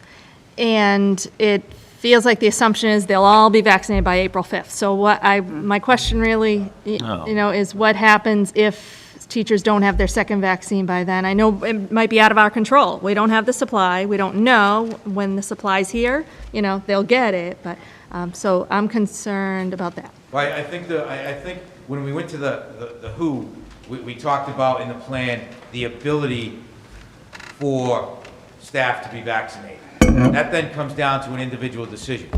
So our goal is that, yes, they can have the ability to be vaccinated. Right. There are 3 shots out there. 2 of those shots are for 2 doses. 1 of those shots is for 1 dose. But what we're saying is we're trying to hold that 6-foot piece at the top because we cannot mandate that a staff person does something anyway. So we're asking for the ability, now through the governor on March 11th, beginning with teaching professionals and people who work in schools, they will have the opportunity to do it. Okay. So that's the only truly, I think, way that we can do that is by keeping that 6-foot area at the front of the room because we can't mandate the shot. Okay, understood. Anyone else? I have a question. Hillary? So I have a question about, on each of the slides, it says that the plan is for 5 full in-person days. So is the plan to get rid of the half-day Wednesday right now? Is that something that we're also assuming to vote on, or would that be a separate vote? Because I have questions about that. So one of the pieces I was looking at as a target date to come back, but I would, if given the opportunity, I would highly recommend that we keep a half-day on Wednesday. Now, it might be it might be it might not be a traditional half-day, for the reasons I laid out. I'm looking at a 4-hour school day instead of a 3.5-hour school day, so we meet time on learning. But it would give teachers at the secondary level the opportunity to make sure their live streaming is on point, and it would give elementaries the opportunity to do their PLCs. Same thing at the middle, 9 through 12, and then K to 8 would be able to do their PLCs. I think if we have a further question, I think the elementary principals are the ones who are advocating for the PLC piece. Being a high school guy, I'm advocating for the teachers to be able to really work with that live streaming. But I think the piece is that it's an in-person day of like a shortened day. So then, would it be an amended vote then because I think that half-day is so vital to the planning. I mean, especially, we're talking about interventions. I don't know when teachers would get together to identify students who need interventions, when they're going to look at data. Correct. There's a whole slew of things, and then not to mention the actual model of teaching is so different than, teachers are not used to standing at the front of the room in 6 feet of space. It's a really hard thing to do. And so I would hate to see that gone because we're bringing the kids back and then we're asking the teachers to still plan, and it is a change, even though they're coming back. So I don't know if that would be a separate vote here with this, but I think that the committee needs to look at this half-day, however, to meet the hours for time on learning, but to give that time. I agree. I think it would be a separate vote, and the reason why I say that is because the commissioner last week did, in his dealings with us, in his conference call with the superintendents and assistant superintendents, did say 5 full days.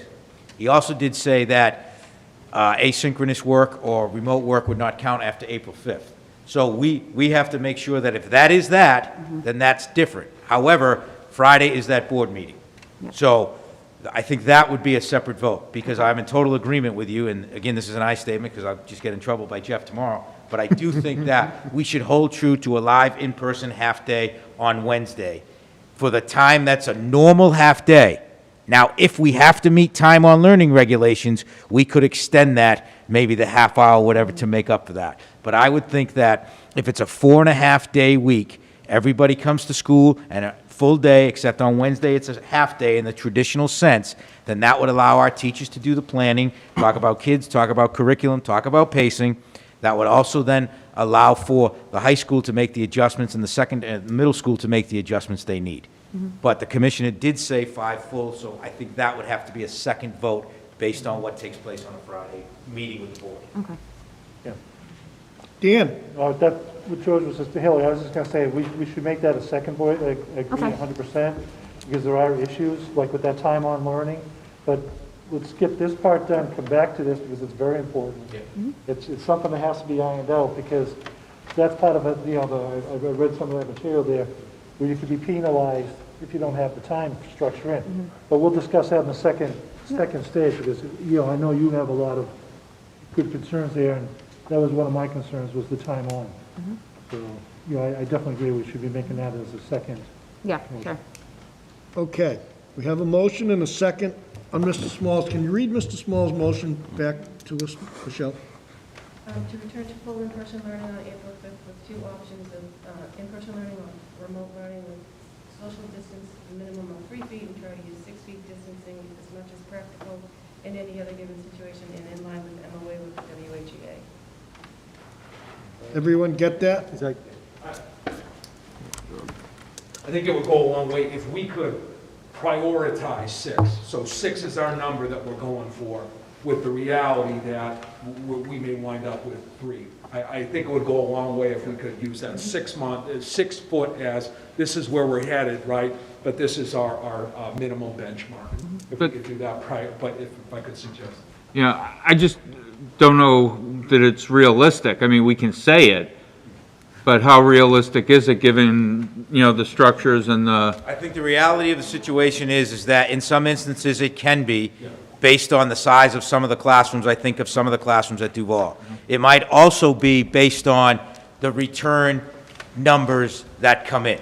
So I do think while the reality is a 3, if there are instances of 6, I think we should then push those desks away and go to that investment. And I think the motion does say that whenever practical, correct? Yes.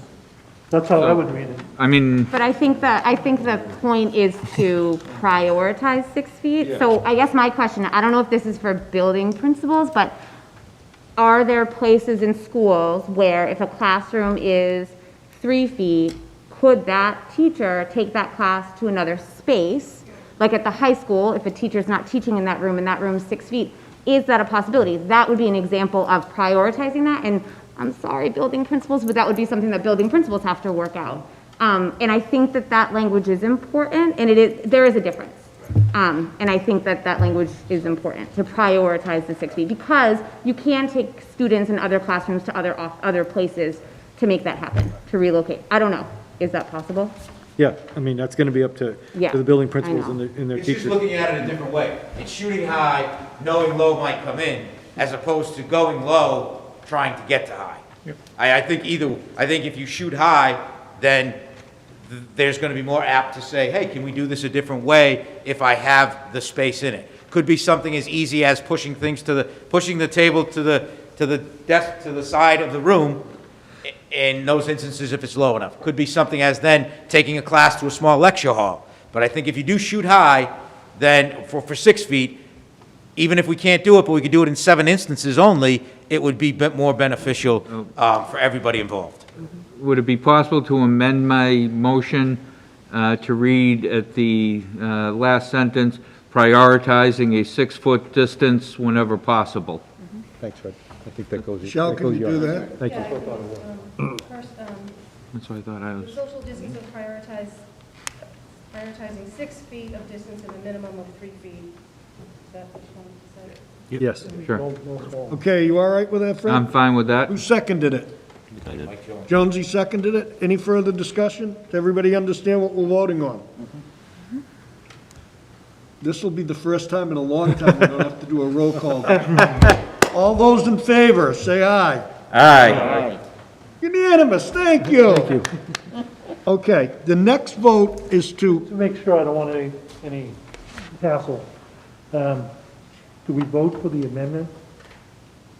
I think we have to vote. Yeah, we for the voted for- amendment First, or? Okay, was that to vote for the amended language, and now we'll vote Yeah, the motion? now we'll Just to vote, make sure nobody can come back. now and we'll us vote and that, take we things voted for the amended language. Now Now we we gotta move to the vote vote on for the the whole actual structure, okay. motion as amended. All those in favor? Aye. Unanimous again, wonderful. The only Okay, other. I'd entertain a motion to accept the Whitman Hanson Regional School District Reentry Initiative as printed with Hillary's amendment. No, you have to, What's we that? have to vote for that. Did I make an amendment? I don't. Yes. You have to make a motion. Oh, Make the motion of readjusting the time. oh, yeah, so, Wednesday. oh, the half day. Thank you, sorry. I just wanted to Well, buy it. wouldn't we vote, wouldn't we feel like- vote on a revised calendar? Yeah. Wouldn't that be how that would Right. work? Yeah, we can do it that way, Yeah, So I think that's how it should be handled better, yeah. yeah. because it appears that everybody wants to see that. So if you want to make. a Right, motion- because I also think too that we need to be careful because we don't know what the commissioner's gonna say, right? So I was gonna hold off on that till next week. We can vote the calendar next week. I was going to say, vote on the calendar next week, so I figured, thank you for that piece, and I think I have a target of April 5th right now. I'll message the parents out, we're going to look at, we'll determine tomorrow morning when we want information by, but parents can, who's watching tonight, plan on, if you're making a decision, you can start contacting your building principals tomorrow morning. So Jeff, do you want to hold off on this school district reentry initiative vote? I think so, because I'd like to see, you have a target date right now of the 5th, you voted that in right now. I want to see what the commissioner says on Friday, and then we can report back on Wednesday if we want to modify this, because I would modify that language to 4.5 days. So, Okay, so you want to vote on it now, and then we may modify it in a week. I don't, that, So Bob, I guess, Chris. just as a question, so the motion we just took was in essence voting on this plan, Yes, right? I believe We so. voted to come back on the 5th. Yep. We voted to eliminate the hybrid option. So, right, the only thing that's left, I think, is Hillary's point of, is Yeah. it 4.5 or is it yeah, 5? I'm very good with this right now. I'm Okay. good. And I'll bring back a question next week, depending on the Board of Ed. I will report out on the Board of Ed and then bring it back. But you guys voted this right now, that's what I'm going with. And if we want to modify that, we will. We should probably do a separate motion and vote that right now. You know, with the provision that, you know, we're voting on the entire plan as presented, with the exception of the calendar and dates, which we will do at a later date. I don't think, I'm good right now. Yeah. I've got I got my marching orders, I'm good. And I really want to hear what the commissioner says on Friday, so I can bring you back information. And if we modify, and that way there I can actually have a modified calendar presentation if need be. Okay, Well, perfect. that's what I wanted to make sure that, you know, with Hillary's suggestion, what Jeff is saying, we have to wait for that one more piece. Yeah. So doing anything right now is kind of, we would be re-looking at it most likely anyways, but as long as we know we're going to be looking into that calendar piece, because I have concerns too, whether to do the 4.5, maybe every other week or whatever, but that's at a discussion next time. Okay, so entertain a motion to accept the Whitman Hanson Regional School District Reentry Initiative as presented. So moved. Second? Discussion? I thought we just did no that. idea what we're doing. Yeah, what do you? Yeah. We just did that. Thought we just did that. We're good, we're good. Okay, so you don't want that? I don't need that. We just Okay. technically did that. I'm gonna withdraw my motion. I'll withdraw. So just as, go- I'm sorry, I just have a question. This is follow-up to Chris. Do we want to, or is this something you are going to do with leadership, the building leadership? Make a more, oh my gosh, a sooner date for staff, for parents to tell you? You had said the 17th, is that we're going to something that- speak, we're going to speak tonight, tomorrow. I'm going to message the community tomorrow Okay. with that information. Okay. Now that I know, and for who's looking out there right now, if there's any confusion, pre-K and K have been in, grades 1 through 12, we're starting full in-person learning on April 5th. I was going to say August, April 5th. If a parent is in hybrid right now and chooses to go remote, they have to notify their building principal. If you're in hybrid now, I assume you're coming full-time. If you're in a remote program now and you want to go full in person, you need to notify your building principal. If you're in remote now and you choose to stay, you're good, you're golden. No communication needed. Do we need? Go ahead, Fred.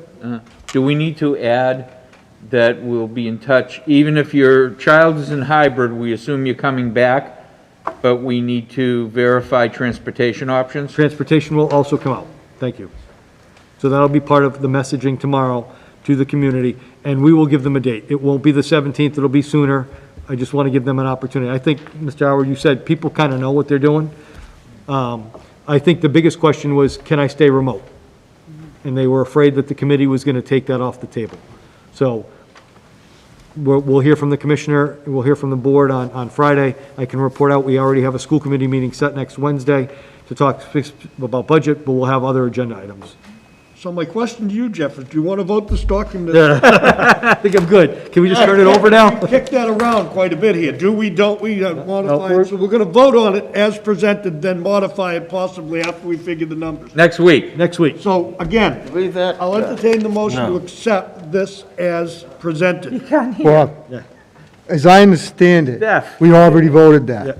We're good. Yeah. We're very good. Okay, if We're good on the document. we voted something like it, but I don't agree We voted to go back to school full-time on April 5th. Okay, go ahead. Groundhog Day was last month. Okay. He needs batteries for his hearing aid. No, I can No, hear you. he can hear. Okay. Superintendent, CARES Act funding report. Mr. Tuffy, principals, I'm good with you guys. If you're going to want to take off, thank you for being here. Thank you for supporting. Thank you for doing everything you did for that plan. I gotta grab Ms. Downey for a quick second.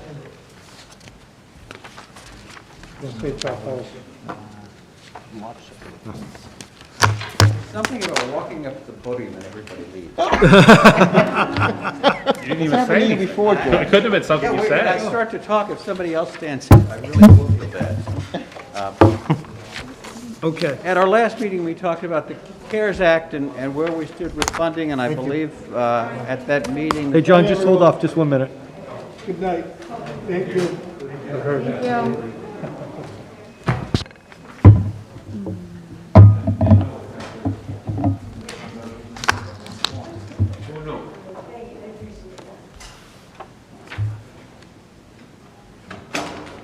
Thanks, John. I'm feeling good that somebody's Okay. coming back. Okay.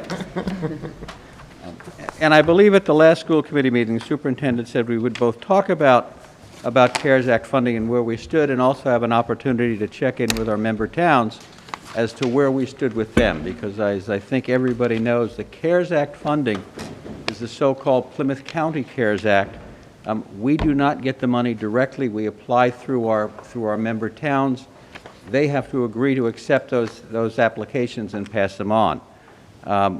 Last week, Superintendent and I had an opportunity to meet with the town administrators of both Whitman and Hanson to find out where we stood and how much money they have. And the short answer is they're out of money. They've used their allocation. And so we now have the sum here, and we'll talk about what we spent money on and where we stand and how we're going to fund this. We spent COVID money, and it's not just CARES Act money, it's the ESSER money, it's the it's the earmarks that our representatives put in the budget this year, the state budget, as well as some other programs that the state came out with. Those were all resources. We've really spent money in 5 categories: cleaning services, supplies, contracted services, technology, and salaries. I'll talk about the first 4. I know the superintendent has something to talk about salaries. When it comes to cleaning services, all of these are items that we did not originally have in our budget, and it's all been expenditures necessitated by our response to COVID. These expenses go back to last March, because this is something that is a continuing issue. Cleaning services, it is pretty much what it sounds like. You know, we last March had a deep cleaning of this building. We had some rugs that we needed to clean. We have help in this building right now that goes through and cleans the high-touch areas every day that we did not used to have. We are doing sanitation on buses that was not in the original contract at a level that nobody had anticipated when we started. Those are the types of things that are in cleaning services. So far, we've spent $172,000 on those items, and we have encumbered. We expect to spend another $130,000 for those ongoing services. Supplies are pretty much what you think they are. It's personal protective equipment. It's cleaning materials. It's wipes. It also is some items that when this is over, we will still have. We have more dispensers for sanitizing hands than we had before. Those will survive, and we will continue to use them. We have spent $430,000. We still have an encumbrance of $169,000. Contracted services, you actually heard about some of those. Some of the work that went into the glass repair or working on the windows, I should say, not necessarily repairing glass. The screens that were put back in, dealing with the balancers so we could get the windows open, those kinds of things.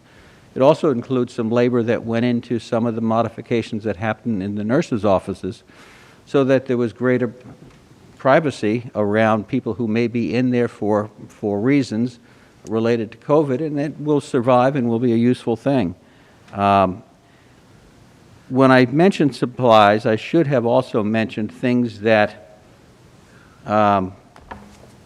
we talked about before, and that is some of the iWave material that we purchased, the cleaning of the air. You know, we were compliant with the code as it existed when we started. We are compliant with what is the new code, and those are some items that will survive this current situation and permanent improvements in the building. Technology is the computers, the laptops that we have had to replace and add to our fleet. It's the Chromebooks that we come closer to a one-on-one initiative, but we needed them so students could remotely work on their lessons.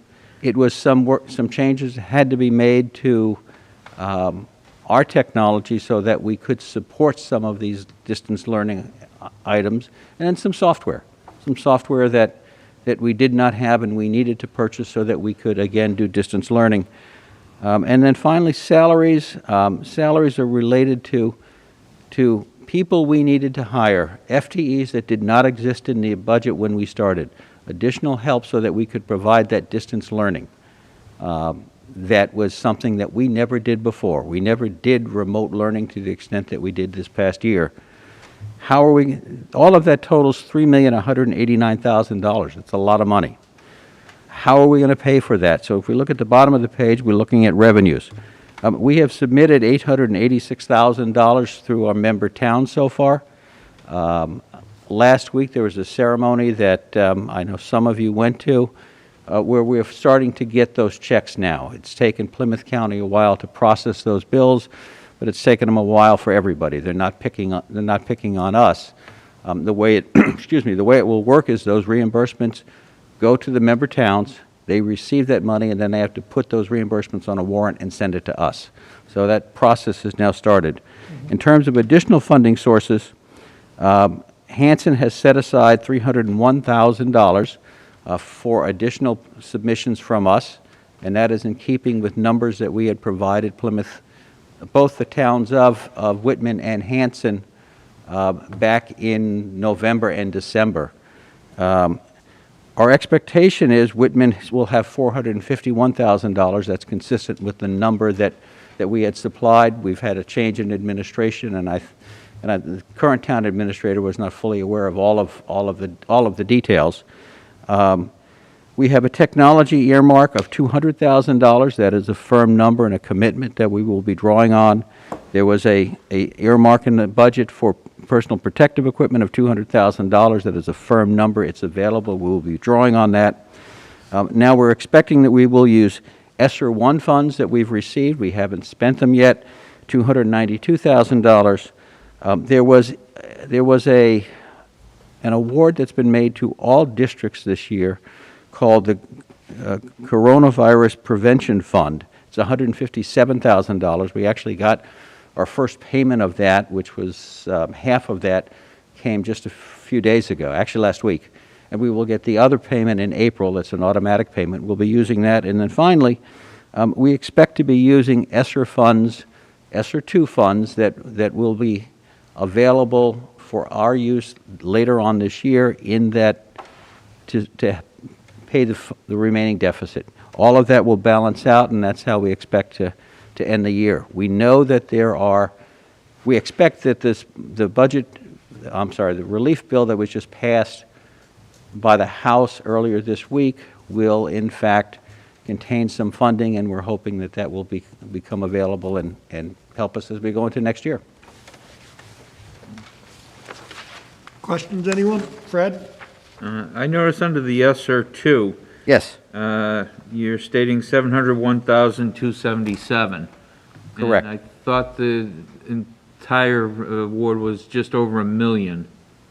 That's correct. With the extra $10,000.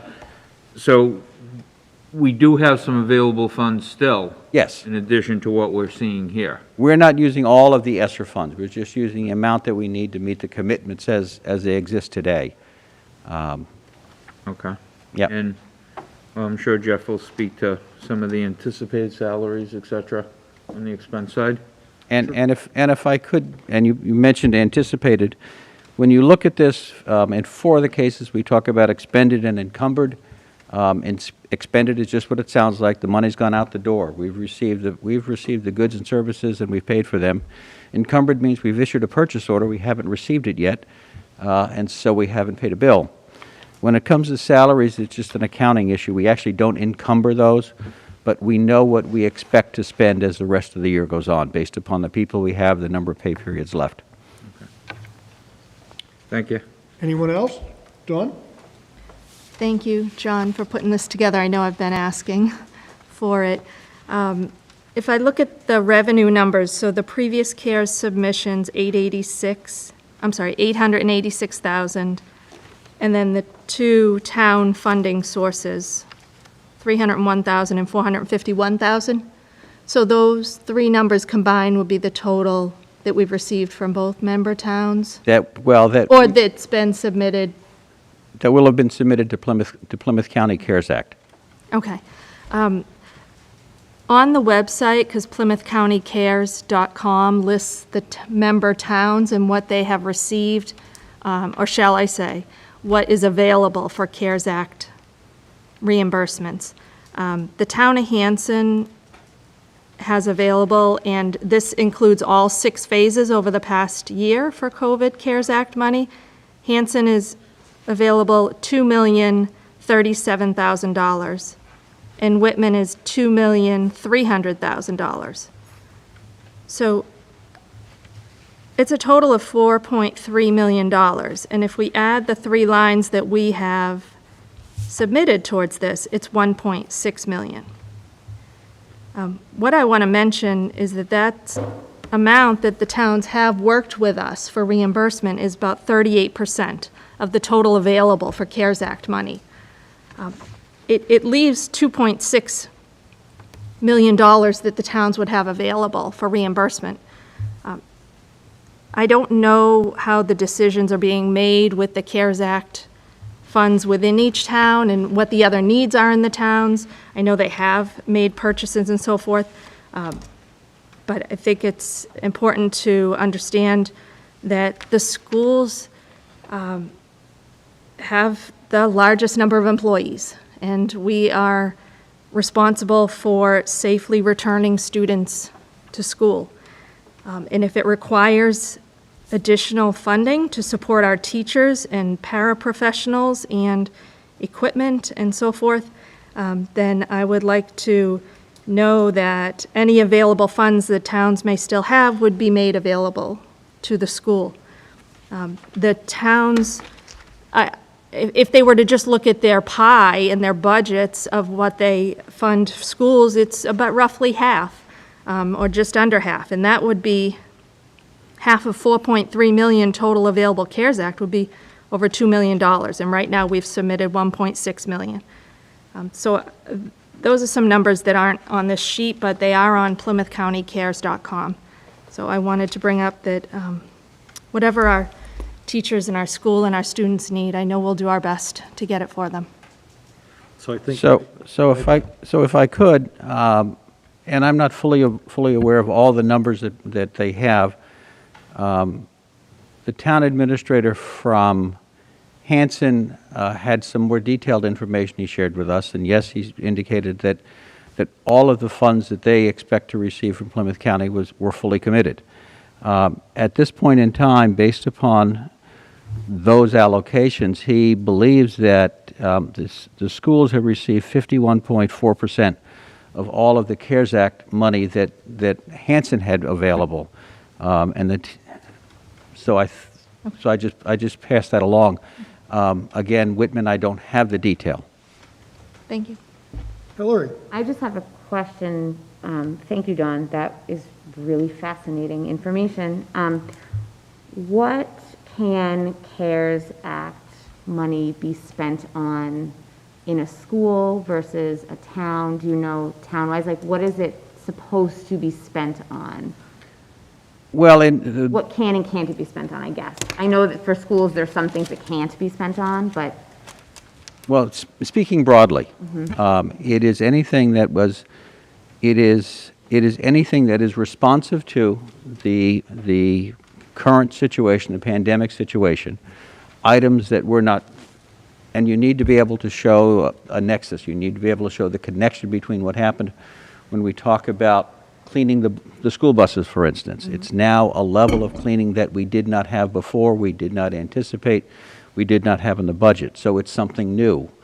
So it ties back to remediation around CARES. It also is not to be used for replacement of revenue. For instance, we do not, we're not going to collect certain fees that we normally would get. We've stopped renting this building, for instance, for building use fees. We're not going to get them, and we can't bill for that. When it comes to salaries, they need to be people who were not previously in the budget, people who are doing something different than they used to do, and there's a pay differential for that. So those are the kinds of things. If you're a town, I don't know exactly how that plays out. I think we all understand when it comes to personal protective equipment, masks and gloves and those sorts of things, that's pretty universal between town and school. And Mrs. Byers makes a good point when she says we have a lot of employees. I mean, if we were a business, we'd be described as a service organization that's labor intense. And that labor intense means we have a lot of people. Mm-hmm. And so we also have a lot of square footage. We have about 15 acres under roof that we have to clean and take care of, and that requires a lot of help. Okay. Good? Yep. Fred and Dan. Going back to the CARES Act, wasn't the general guidance $255 per pupil from the town? I believe that's what the governor had said when it was coming out. So, when CARES Act first came out, which would be about $969,000, myself, I know the towns, we have no idea out of that, the numbers you're quoting, Dawn. We have no idea how much might be encumbered from the towns if they've already committed the money, if they've already spent it. Sure. I know there's a lag, heck, we saw it in our Chromebooks. Yes. For quite a long time, of a lag. So, I mean, all I know is that up until them running out of money, anytime we asked them for anything, from what I'm told, they never said no. They've been there for us, so if it was $969 we were supposed to get, and we ended up with somewhere around 1.5, 1.6, I think that they went above and beyond, and, I think they really tried to take care of us as much as they could. Hopefully, in the next package, there will be something great. I do have one little concern about the ESSER too, that I can thank Mr. Tuffy for saying to me, and then I researched a little more. It is subject to the House and Senate in the budget, so that's scary. But I think where it was federal dollars that they're spending, I think we should be okay, hopefully.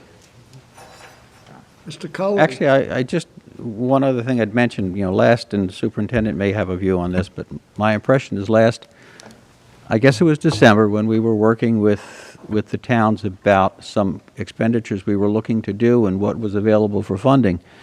My sense was that both towns were very interested in what we needed, what we were going to be using, and trying to factor in our needs for funds, and trying to fit it in that mosaic that goes with what did they need for town services and funding for town. So my sense is we got our fair share. I mean, Mr. Stanbrook has been great. Lisa Green was good, and Frank was good prior to that. And when Lisa left, Mr. Lamontina took over, so we had conversations. Yeah. It's just a large amount. It's a big number to swallow. And I go back to, we wanted back in August to put together a remote program for our kids. And remember when I said it's Tech Academy or Greenfield, and there's a charge to that. So just to give you some rough numbers, because I looked at the salary and said, well, it's $1 million. But if we have 348 kids pre-K to 8 in remote learning right now with teachers, if Tech took their 5,000, and that's the minimum they would take, that would be 1.740000. $1.7 million to go to Tech. If all those kids chose that option. Now, some of those parents might have homeschooled those students, and we would have lost Chapter 70 money on them because they would have withdrawn. Or Tech, they would have withdrawn and gone to Tech. If we include the 9 through 12 kids, and if the high school teachers didn't agree to live streaming, you're looking at a $2.9 million bill. So $1 million in staffing for our teachers to teach kids within district to satisfy the needs of our students, the $1 million is very well spent. And that gave you guys the opportunity today to relieve some parents' stress to say, no, we're not going to have remote, we're going to come in. So those teachers will stay on. Just for you to know, there's 11 regular education teachers in remote learning. There's 2 special education teachers in remote learning. I have 14 paraprofessionals. I have a principal. I have 348 kids in a program. We gave Lisa Tobin a nurse stipend to work above and beyond on overtime, Saturdays and Sundays. And we have an admin assistant who's worked above and beyond through COVID since the summer. So that totals, that's that million 16,660, 24 in salaries, just because that is a big number to spend. However, you had also asked us to do it as financially efficiently as possible. If we outsource this would be at least $700,000 more, maybe 500, depending on that. But we're looking at a bigger nut of dollars and cents. Dan? And if I could say, I think I'm going to suggest that we provided a better product and one that was more identified with this school system than any of the other 2 alternatives that would have been very far and distant and not at all connected with the school district. I suspect that when we do away with that program, it will be a whole lot easier for students and families to transition back to Whitman Hanson, since they were at Whitman Hanson to begin with. Dan? Most of it was answered. Just a small nut. Between the 2 towns, we might have more employees, but they have public safety. They could be using a lot of PPE resources because they're going through a lot more than they would ever expect. So that might be part of the abstract that because I'm pretty sure the town would be giving us anything we needed. But you got to think fire department, police department, they're going through a lot of 24/7 turnaround. It could be enough PPE. We'd have to find that out from the towns though. And just to piggyback on, I don't know what the towns have submitted. I don't know. I met with John, I met with Lincoln last week. They gave us their numbers based on our December numbers, but I don't know what they've purchased, and I don't know what they've received. I know we got a check from the county treasurer, Mr. O'Brien, on Friday. I don't think Whitman has received a check yet, so I don't know what their reimbursables are, and I know a portion of the check Mr. Stanbrook has right now goes to us, and that's just a portion. But Plymouth County, if we're getting a check on Friday, March whatever, or February whatever, we submitted these things back in October, and that's how far behind they are. So, but I don't know, and that might be a question that the committee ask both boards of selectmen to say, what are your expenses and what have you submitted as we go. I'm giving Lincoln a little bit of time to transition as he's learning what has been expended within the community in Whitman. But both town administrators all the way through have been extremely helpful going through this because originally, if you remember back, CARES was supposed to end December 30th. And we didn't have any of this in yet. We didn't have our laptops in, we didn't have our Chromebooks in, so that meant we had no invoices to provide the communities. Really, after the turn of the year, when 21 started, we started getting the invoices, and that's why we're lagging behind in some of our submissions and some of our reimbursements. Any other questions on the report of the covert expenses? I have one more question. Go ahead. So if I understand this properly, there is not any more CARES funding for us? What I'm assuming from both town administrators, they've said no. Okay. Now, I will say that Mr. O'Brien said he's anticipating a package coming from the Fed again, and we had a casual conversation. Now, I don't know if Plymouth County has expendable funds. There's been banter around the business manager world, town administrator world, that some towns that haven't exhausted their money is gonna be dumped back into a pool. I don't know that, and Friday wasn't the time to talk to Mr. O'Brien about that. Anyone else? Thank you. Thank you, John. Thank you. Next up is town meeting capital warrant items. We have to read this into the record, so I'm going to go as quickly as possible. These are prioritized warrant articles from May 2021 annual town meeting as proposed by the school district, the Whitman Hanson Regional School District, Duval, Conley, and Whitman Middle School phone systems. See if the town will vote to transfer a sum of money from free cash or available funds to borrow $71,208 to replace the telephone system at Duval, Conley, and Whitman Middle School.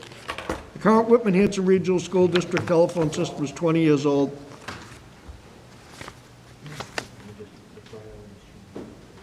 Oh, it did? Yeah. Okay.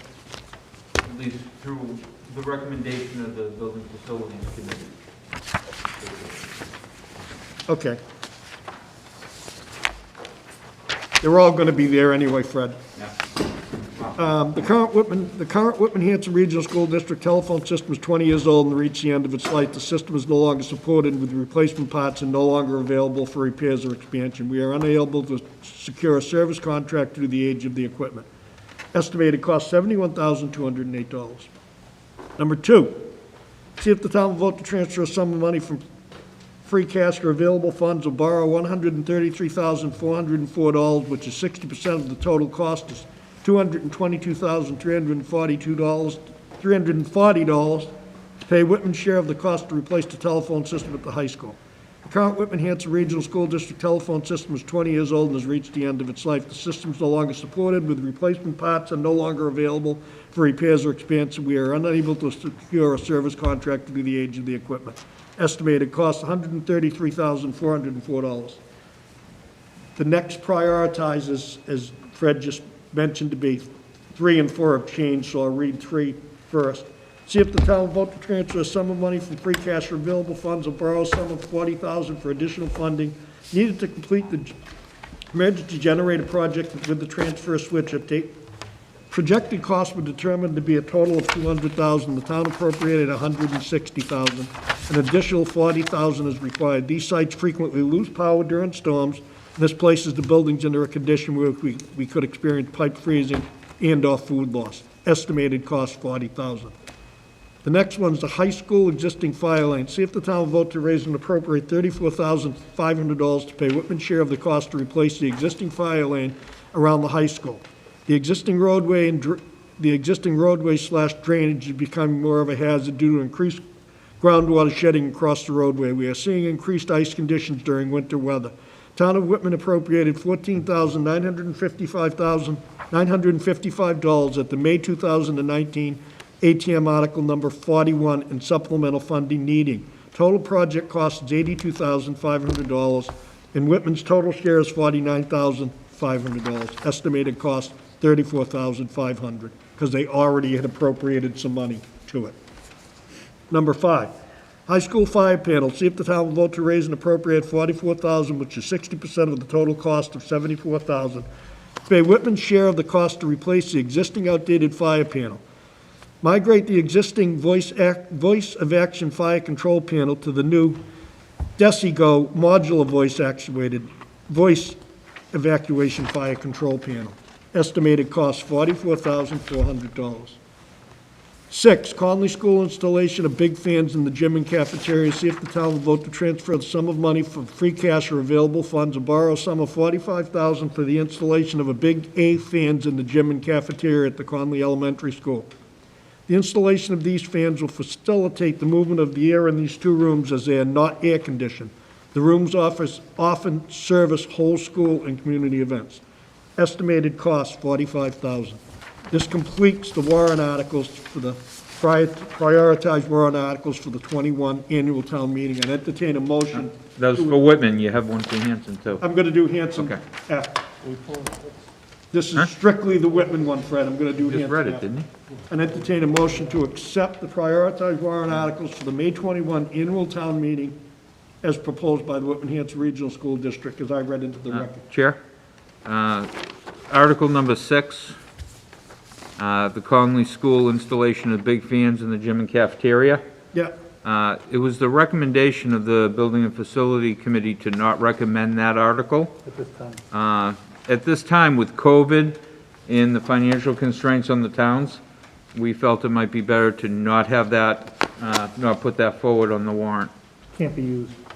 We can't use them. I'm okay with that. I mean, with we discussed that in Facility Subcommittee. Okay. I'd entertain a motion to remove number 6. So moved. Second. Discussion?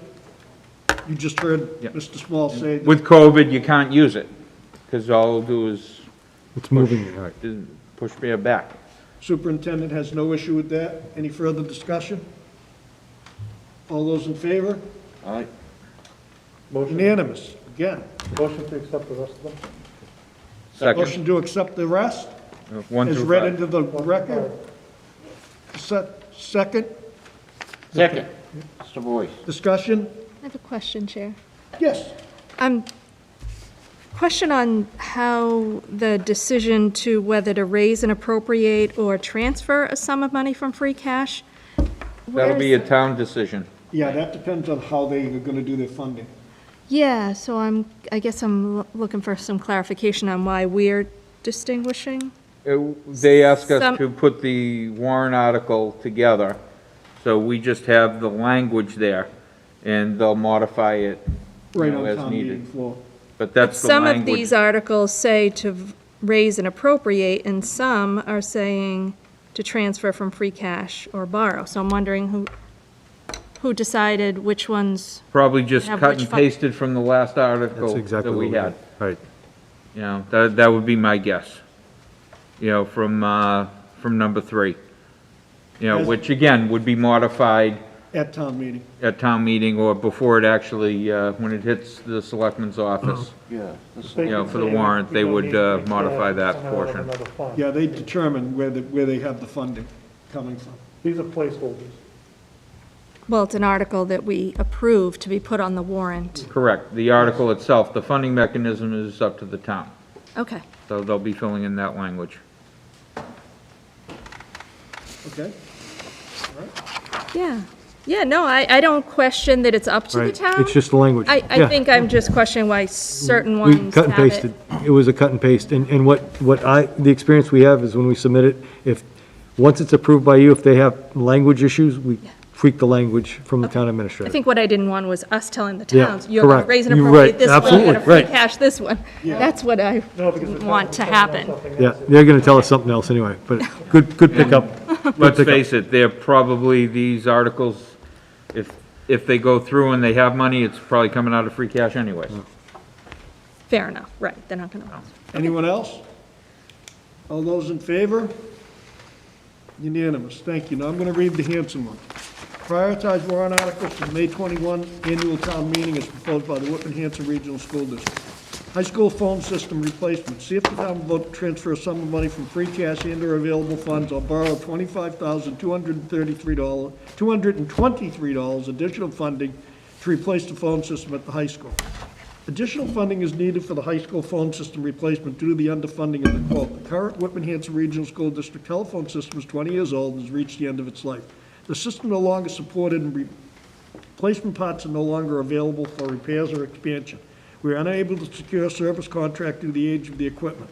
Article 4, Item 2 was approved at the October 2020 special town meeting.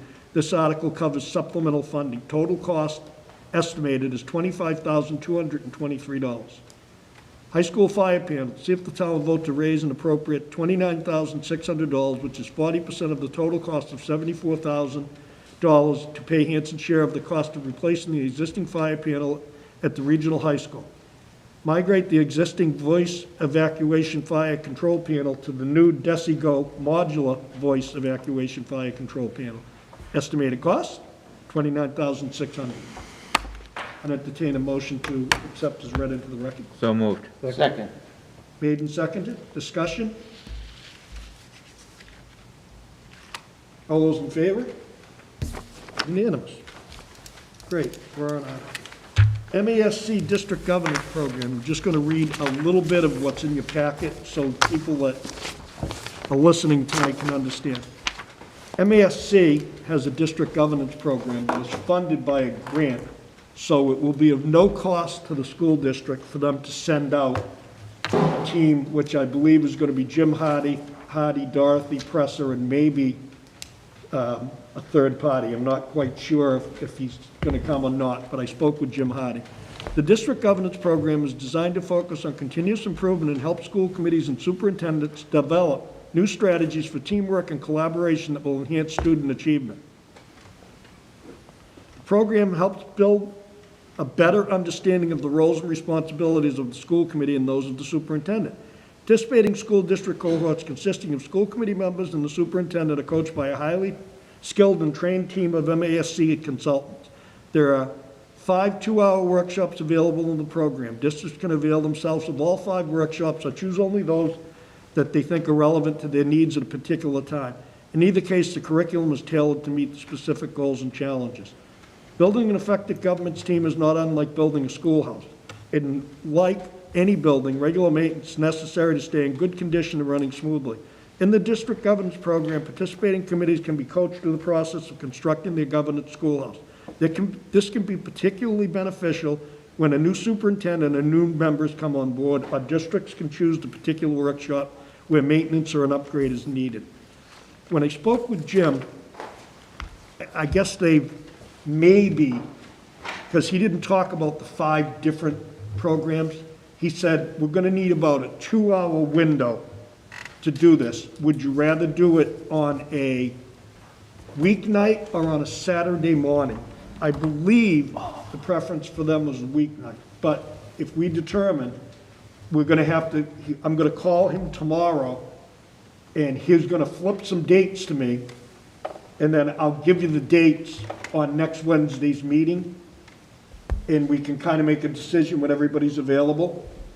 And it's about a 2-hour workshop. If we need more than 2, we can schedule another one, but as I read, it's a good tune-up for teamwork, collaboration, and it helps enhance us to be all better members. And obviously, as you heard this evening, we're all very entrenched in the school district that we want the best for students. You saw the questions tonight on this document here. It's, everybody is interested. So I want to schedule this and get it going.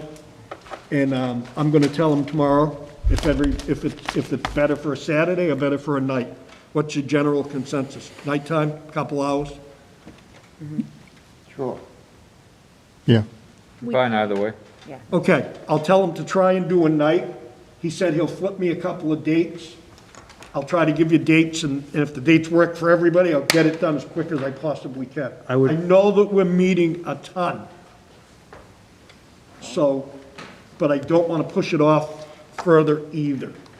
So I'll discuss it with you next Wednesday.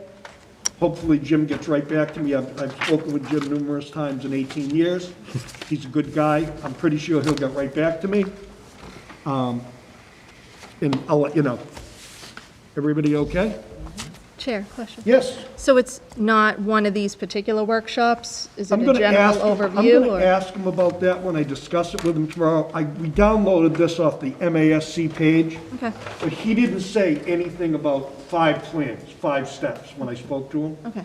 He just said to me, Dawn, it'll take about, tell the committee, a couple hours. and he said if it expands from that, you may take a couple more. Maybe he'll hit on all of these benchmarks, I don't know. But I'm gonna ask him tomorrow. Okay. Because, like I said, this came directly off the website.